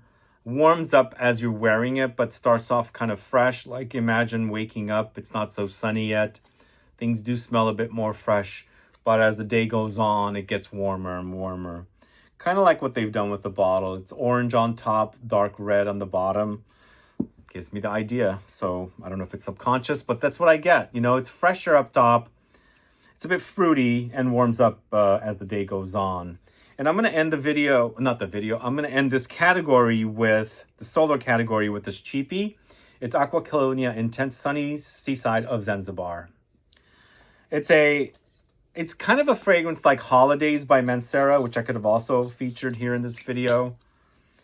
But this one to me is more like Bronze Goddess, but in a very tropical way. So it's sunscreeny, but there's a bit of a boost of tropical touches in here. But there's a lot of the warmth there as well. And it's also very, very inexpensive. It's like $40 for 200 ml, maybe 50. It is eau de cologne intense, so be warned. It's not like a super potent fragrance, but sometimes those kind of fragrances work just perfectly. This is really good. In fact, it's one of my favorites here for a solar beachy experience. It's Sunny Seaside of Zanzibar. Have you tried that one? So that's the last fragrance in the solar category. Let me know if this is a new category for you. Are you a fan of these kind of fragrances? Are you learning about it for the first time? If you own any of the fragrances, did you have them categorized as solar? Let me know, add a comment below. And the last category I'm going to talk to you about in this fresh deep dive video is tropical. So tropical, fresh tropical fragrances. Do you enjoy these kind of fragrances? Let me know. I've got 8 fragrances here I'm going to talk to you about. We're going to start off with Perroy's Mahogany Sun, which could have also ended up in the solar section of the video. But I put it here because it has a tropical floral note of frangipani. So I have a video on the channel of this house, and I visited them in northern France and their factory, and they were producing this fragrance. The whole factory smelled of it. I got so addicted with that smell. It's so juicy. The fig is juicy. The flower is kind of, you know, what frangipani smells like. But I really love the way this smells. It's tropical, fruity, and fun and playful, and very sunny and solar. Let me know if you're a fan of this house. Have you discovered the house yet? They are distributed in the States currently, Perroy. And Mahogany Sun is definitely one of my favorites. They do come off a bit more simplistic and also a bit more young. But if you like more simplistic fragrances, check that out. I think it satisfies. I believe we featured this in a Scent Club mystery box kit. Let me know if you discovered it that way. Next, going to the house of Maya and Jay. This is Tropica. You guys familiar with this house? First time I'm talking about this one, I fell in love with this one. And for a tropical fragrance, I think it's so cool. It's fruity and a bit green, I think, as well. I really like, there's pineapple in the notes. It's not an Aventus-like fragrance, by the way. And I feel like the pineapple is a ripened pineapple. So if you like that smell, it's slightly candied. So it's not like a very fresh, like when I consider fruits, when they're ripe, they're warmed up, you know? The warmth has ripened them up. So I feel like they've gotten warm. So the pineapple in here, slightly caramelized almost because it's gotten ripe and things like that. So there's a depth about it, but I get some greenness. I get some green vegetation along with the fruitiness, but it's a fruity tropical fragrance that's super delicious, I think. Let me know if you're familiar with Tropica from the house of Maya and Jay. Add a comment below. This is probably one of the ultimate in tropical fragrances. This is from the house of Creed. It's Virgin Island water. It's one of my 120 ml bottles. It's gotten kind of weird, as you can see right there. Look at the bottle, the label, I should say. So this is like a pina colada come to life in fragrance form. Although, no. I think what happens is if you layer this with Aventus, you get the kind of pina colada effect. But right now, it's all very coconutty, fruity. And super beachy as well. I think this is a male-targeted release, or it used to be at one time. I think they're considering it unisex now, because this is, I think, very unisex. But even though, again, I'm putting this fragrance here in the tropical section, it can totally go into the solar section of the video as well, because it's got solar ideas and qualities about it as well, even though, you know, it's got tropical flowers and fruits in the mix, if that makes sense. But Virgin Island water, definitely one of the best from the house of Creed.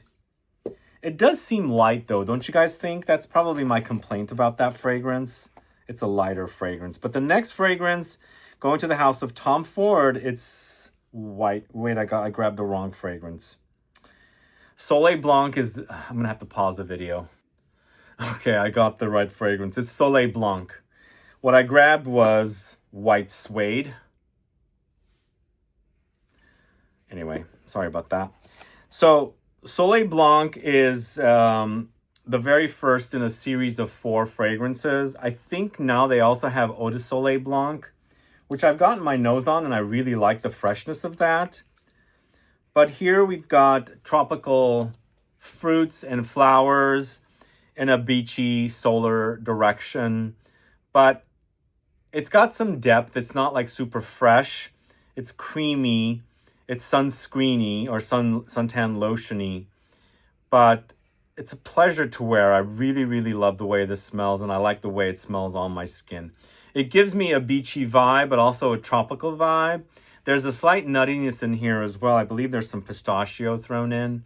But an overall really great fragrance, I think. Soleil Blanc is definitely super delicious. And even I'm liking the Eau de Soleil Blanc as well. Then their new, I think that fragrance, what I should say, has been moved into, or is it just a flanker? It still exists? Because I thought that they were discontinuing this one and moving it into the signature. But I think Eau de Soleil Blanc is different than Soleil Blanc. But let me know if you're a fan of Soleil Blanc. I absolutely love that fragrance. It smells super awesome on skin. But the next fragrance going to the house of Diptyque, it's Omoheli. This is an Ylang Ylang bomb. This one also could have ended up in the solar section. But to me, this comes off a bit more tropical. There's banana-like qualities here as well from the Ylang Ylang. Totally, like more like unripened banana, like a slightly green. Totally, you get that. It's warm though. It's fruity. It's very floral and beachy at the same time. The idea succulent comes to mind too. Like there's a succulent effect happening with the way the fragrance smells. But really nicely done. Really awesome tropical floral fragrance. Omoheli. You can experience the island warmth here. Like it's almost like a tropical island, and it's really super warm with the flower. Anyway, should show you that photo back there. So next we've got a fragrance from the house of Nativa. This is St. Thomas. St. Thomas is one of the best from the house of Nativa. Let me know if you've experienced the fragrances of this house. Super tropical and fruity here. The fragrances of this house are inspired by islands. So this one's also a bit banana-ish. So most likely it has something ylang-ylang-like. But it's fruity and floral. It's a slightly beachy. And the idea of a tropical vacation comes to mind because that's what I get with the fragrances of this house. Let me know if you've sampled Nativa fragrances. Put a comment down below. And I'd like to find out. I think the fragrances are pretty solid. There's a few that I like more than others. And that St. Thomas is definitely one of them. Next, we've got a fragrance from the house of Rirana. This is Coconut Nanas. This is like a pina colada effect. It's coconut and ananas or pineapple. Super yummy, guys. It's fruity, it's juicy, it's a bit tart, it's a bit creamy, totally tropical, fun. This one just puts me on, like I'm thinking of White Lotus and something really warm and hot in Thailand and having some kind of a fruit smoothie or cocktail. Because you get the creaminess of the coconut, you get the fruitiness, the tartness of the pineapple. This is not like the ripened pineapple I was talking about earlier. This is more tart. It's kind of super fresh. But what they've done here is super awesome. I'd forgotten about this one. I've spoken about it. I've reviewed it. But if you like the idea of pina colada, totally try Coconut Nanas from the house of Rirana. I think that's how you say it, Rirana. Not Rihanna, but Rirana. And the last fragrance in the tropical category is from the house of Zoologist Perfumes for a tropical fougere green leaning Dodo, the jackfruit edition. Yes, it's a fougere. It's a barbershop fragrance, and it utilizes jackfruit. It's green and it's tropical. I love this fragrance. The lavender is so super strong here. There's a bit of an underlying muskiness. It's green for sure, and also fruity, and of course tropical, but it's a fougere in the end. Are you a fan of fougeres? I would call this a super modern fougere. The lavender, and I think there's geranium here, are super potent, and they're dominating, but the jackfruit, the fruitiness, the tropical qualities, the greenness are all coming in, battling against the star pretty much of, even though it's called Jackfruit Edition, I feel like the lavender stays pretty dominant, even though it settles to woods and a bit of amber in the dry down. Like I said, there is a little underlying sweatiness, slight, not too much. And the previous edition of this was super sweaty, not a favorite of mine. But Dodo Jackfruit Edition is an awesome tropical fougere fragrance that you should try. Anyway, that's the last category and the last fragrance. I should say that's the last fragrance from the last category. Did you guys enjoy this video? It's a super long video covering like around 115 plus fragrances. I know I said 117, but there were some issues along the way. I had to pause the video several times. There were some interruptions. I had to put the fragrances away. So it takes me a long time to do this. Shooting wise, it took about 3 hours, maybe 3.5. It's a long video to set up all the fragrances and take them back down and throw things away, clean it up, and then set it up again kind of a thing. So I shot this video in 3 parts, and eventually it'll go up as one video. I don't know the end length, but I know it's shot for over two hours. I think might be going on 2.5 hours here, if I'm not mistaken. But You'll see the video soon, but let me know your thoughts on these fragrances. Are you a fan of these fragrances? Are you a fan of this type of fresh category of fragrances? And which category of fresh fragrance do you prefer the most? Are you more of an aldehydic? Are you more of a citrusy, fruity, floral, tropical? Let me know. Add a comment below. And do let me know also what you'd like to see in the future. What deep dive video you'd like to see in the future. Add all those comments below. But thank you so much for watching today's video. I know it's long. Stay tuned for these videos to go up individually in each section. I will do that for sure. I'm not sure if I'm going to be adding photos to those videos. Who knows? I might, but I might just air them on their own individually as well. Because I flash a photo, I flashed the bottles on camera, so you can get an idea of what the bottle looks like, and you can look them up on the internet and, figure out if something you want to, look into. But again, thank you so much for watching today's video. If you have any questions or comments, please do list below. Please like this video. Give me a thumbs up, please, guys, to help with the algorithm. And if you haven't subscribed to the channel yet, please click the subscribe button and also that bell icon so you'll be notified for future videos like this. See you guys later, guys. Bye-bye.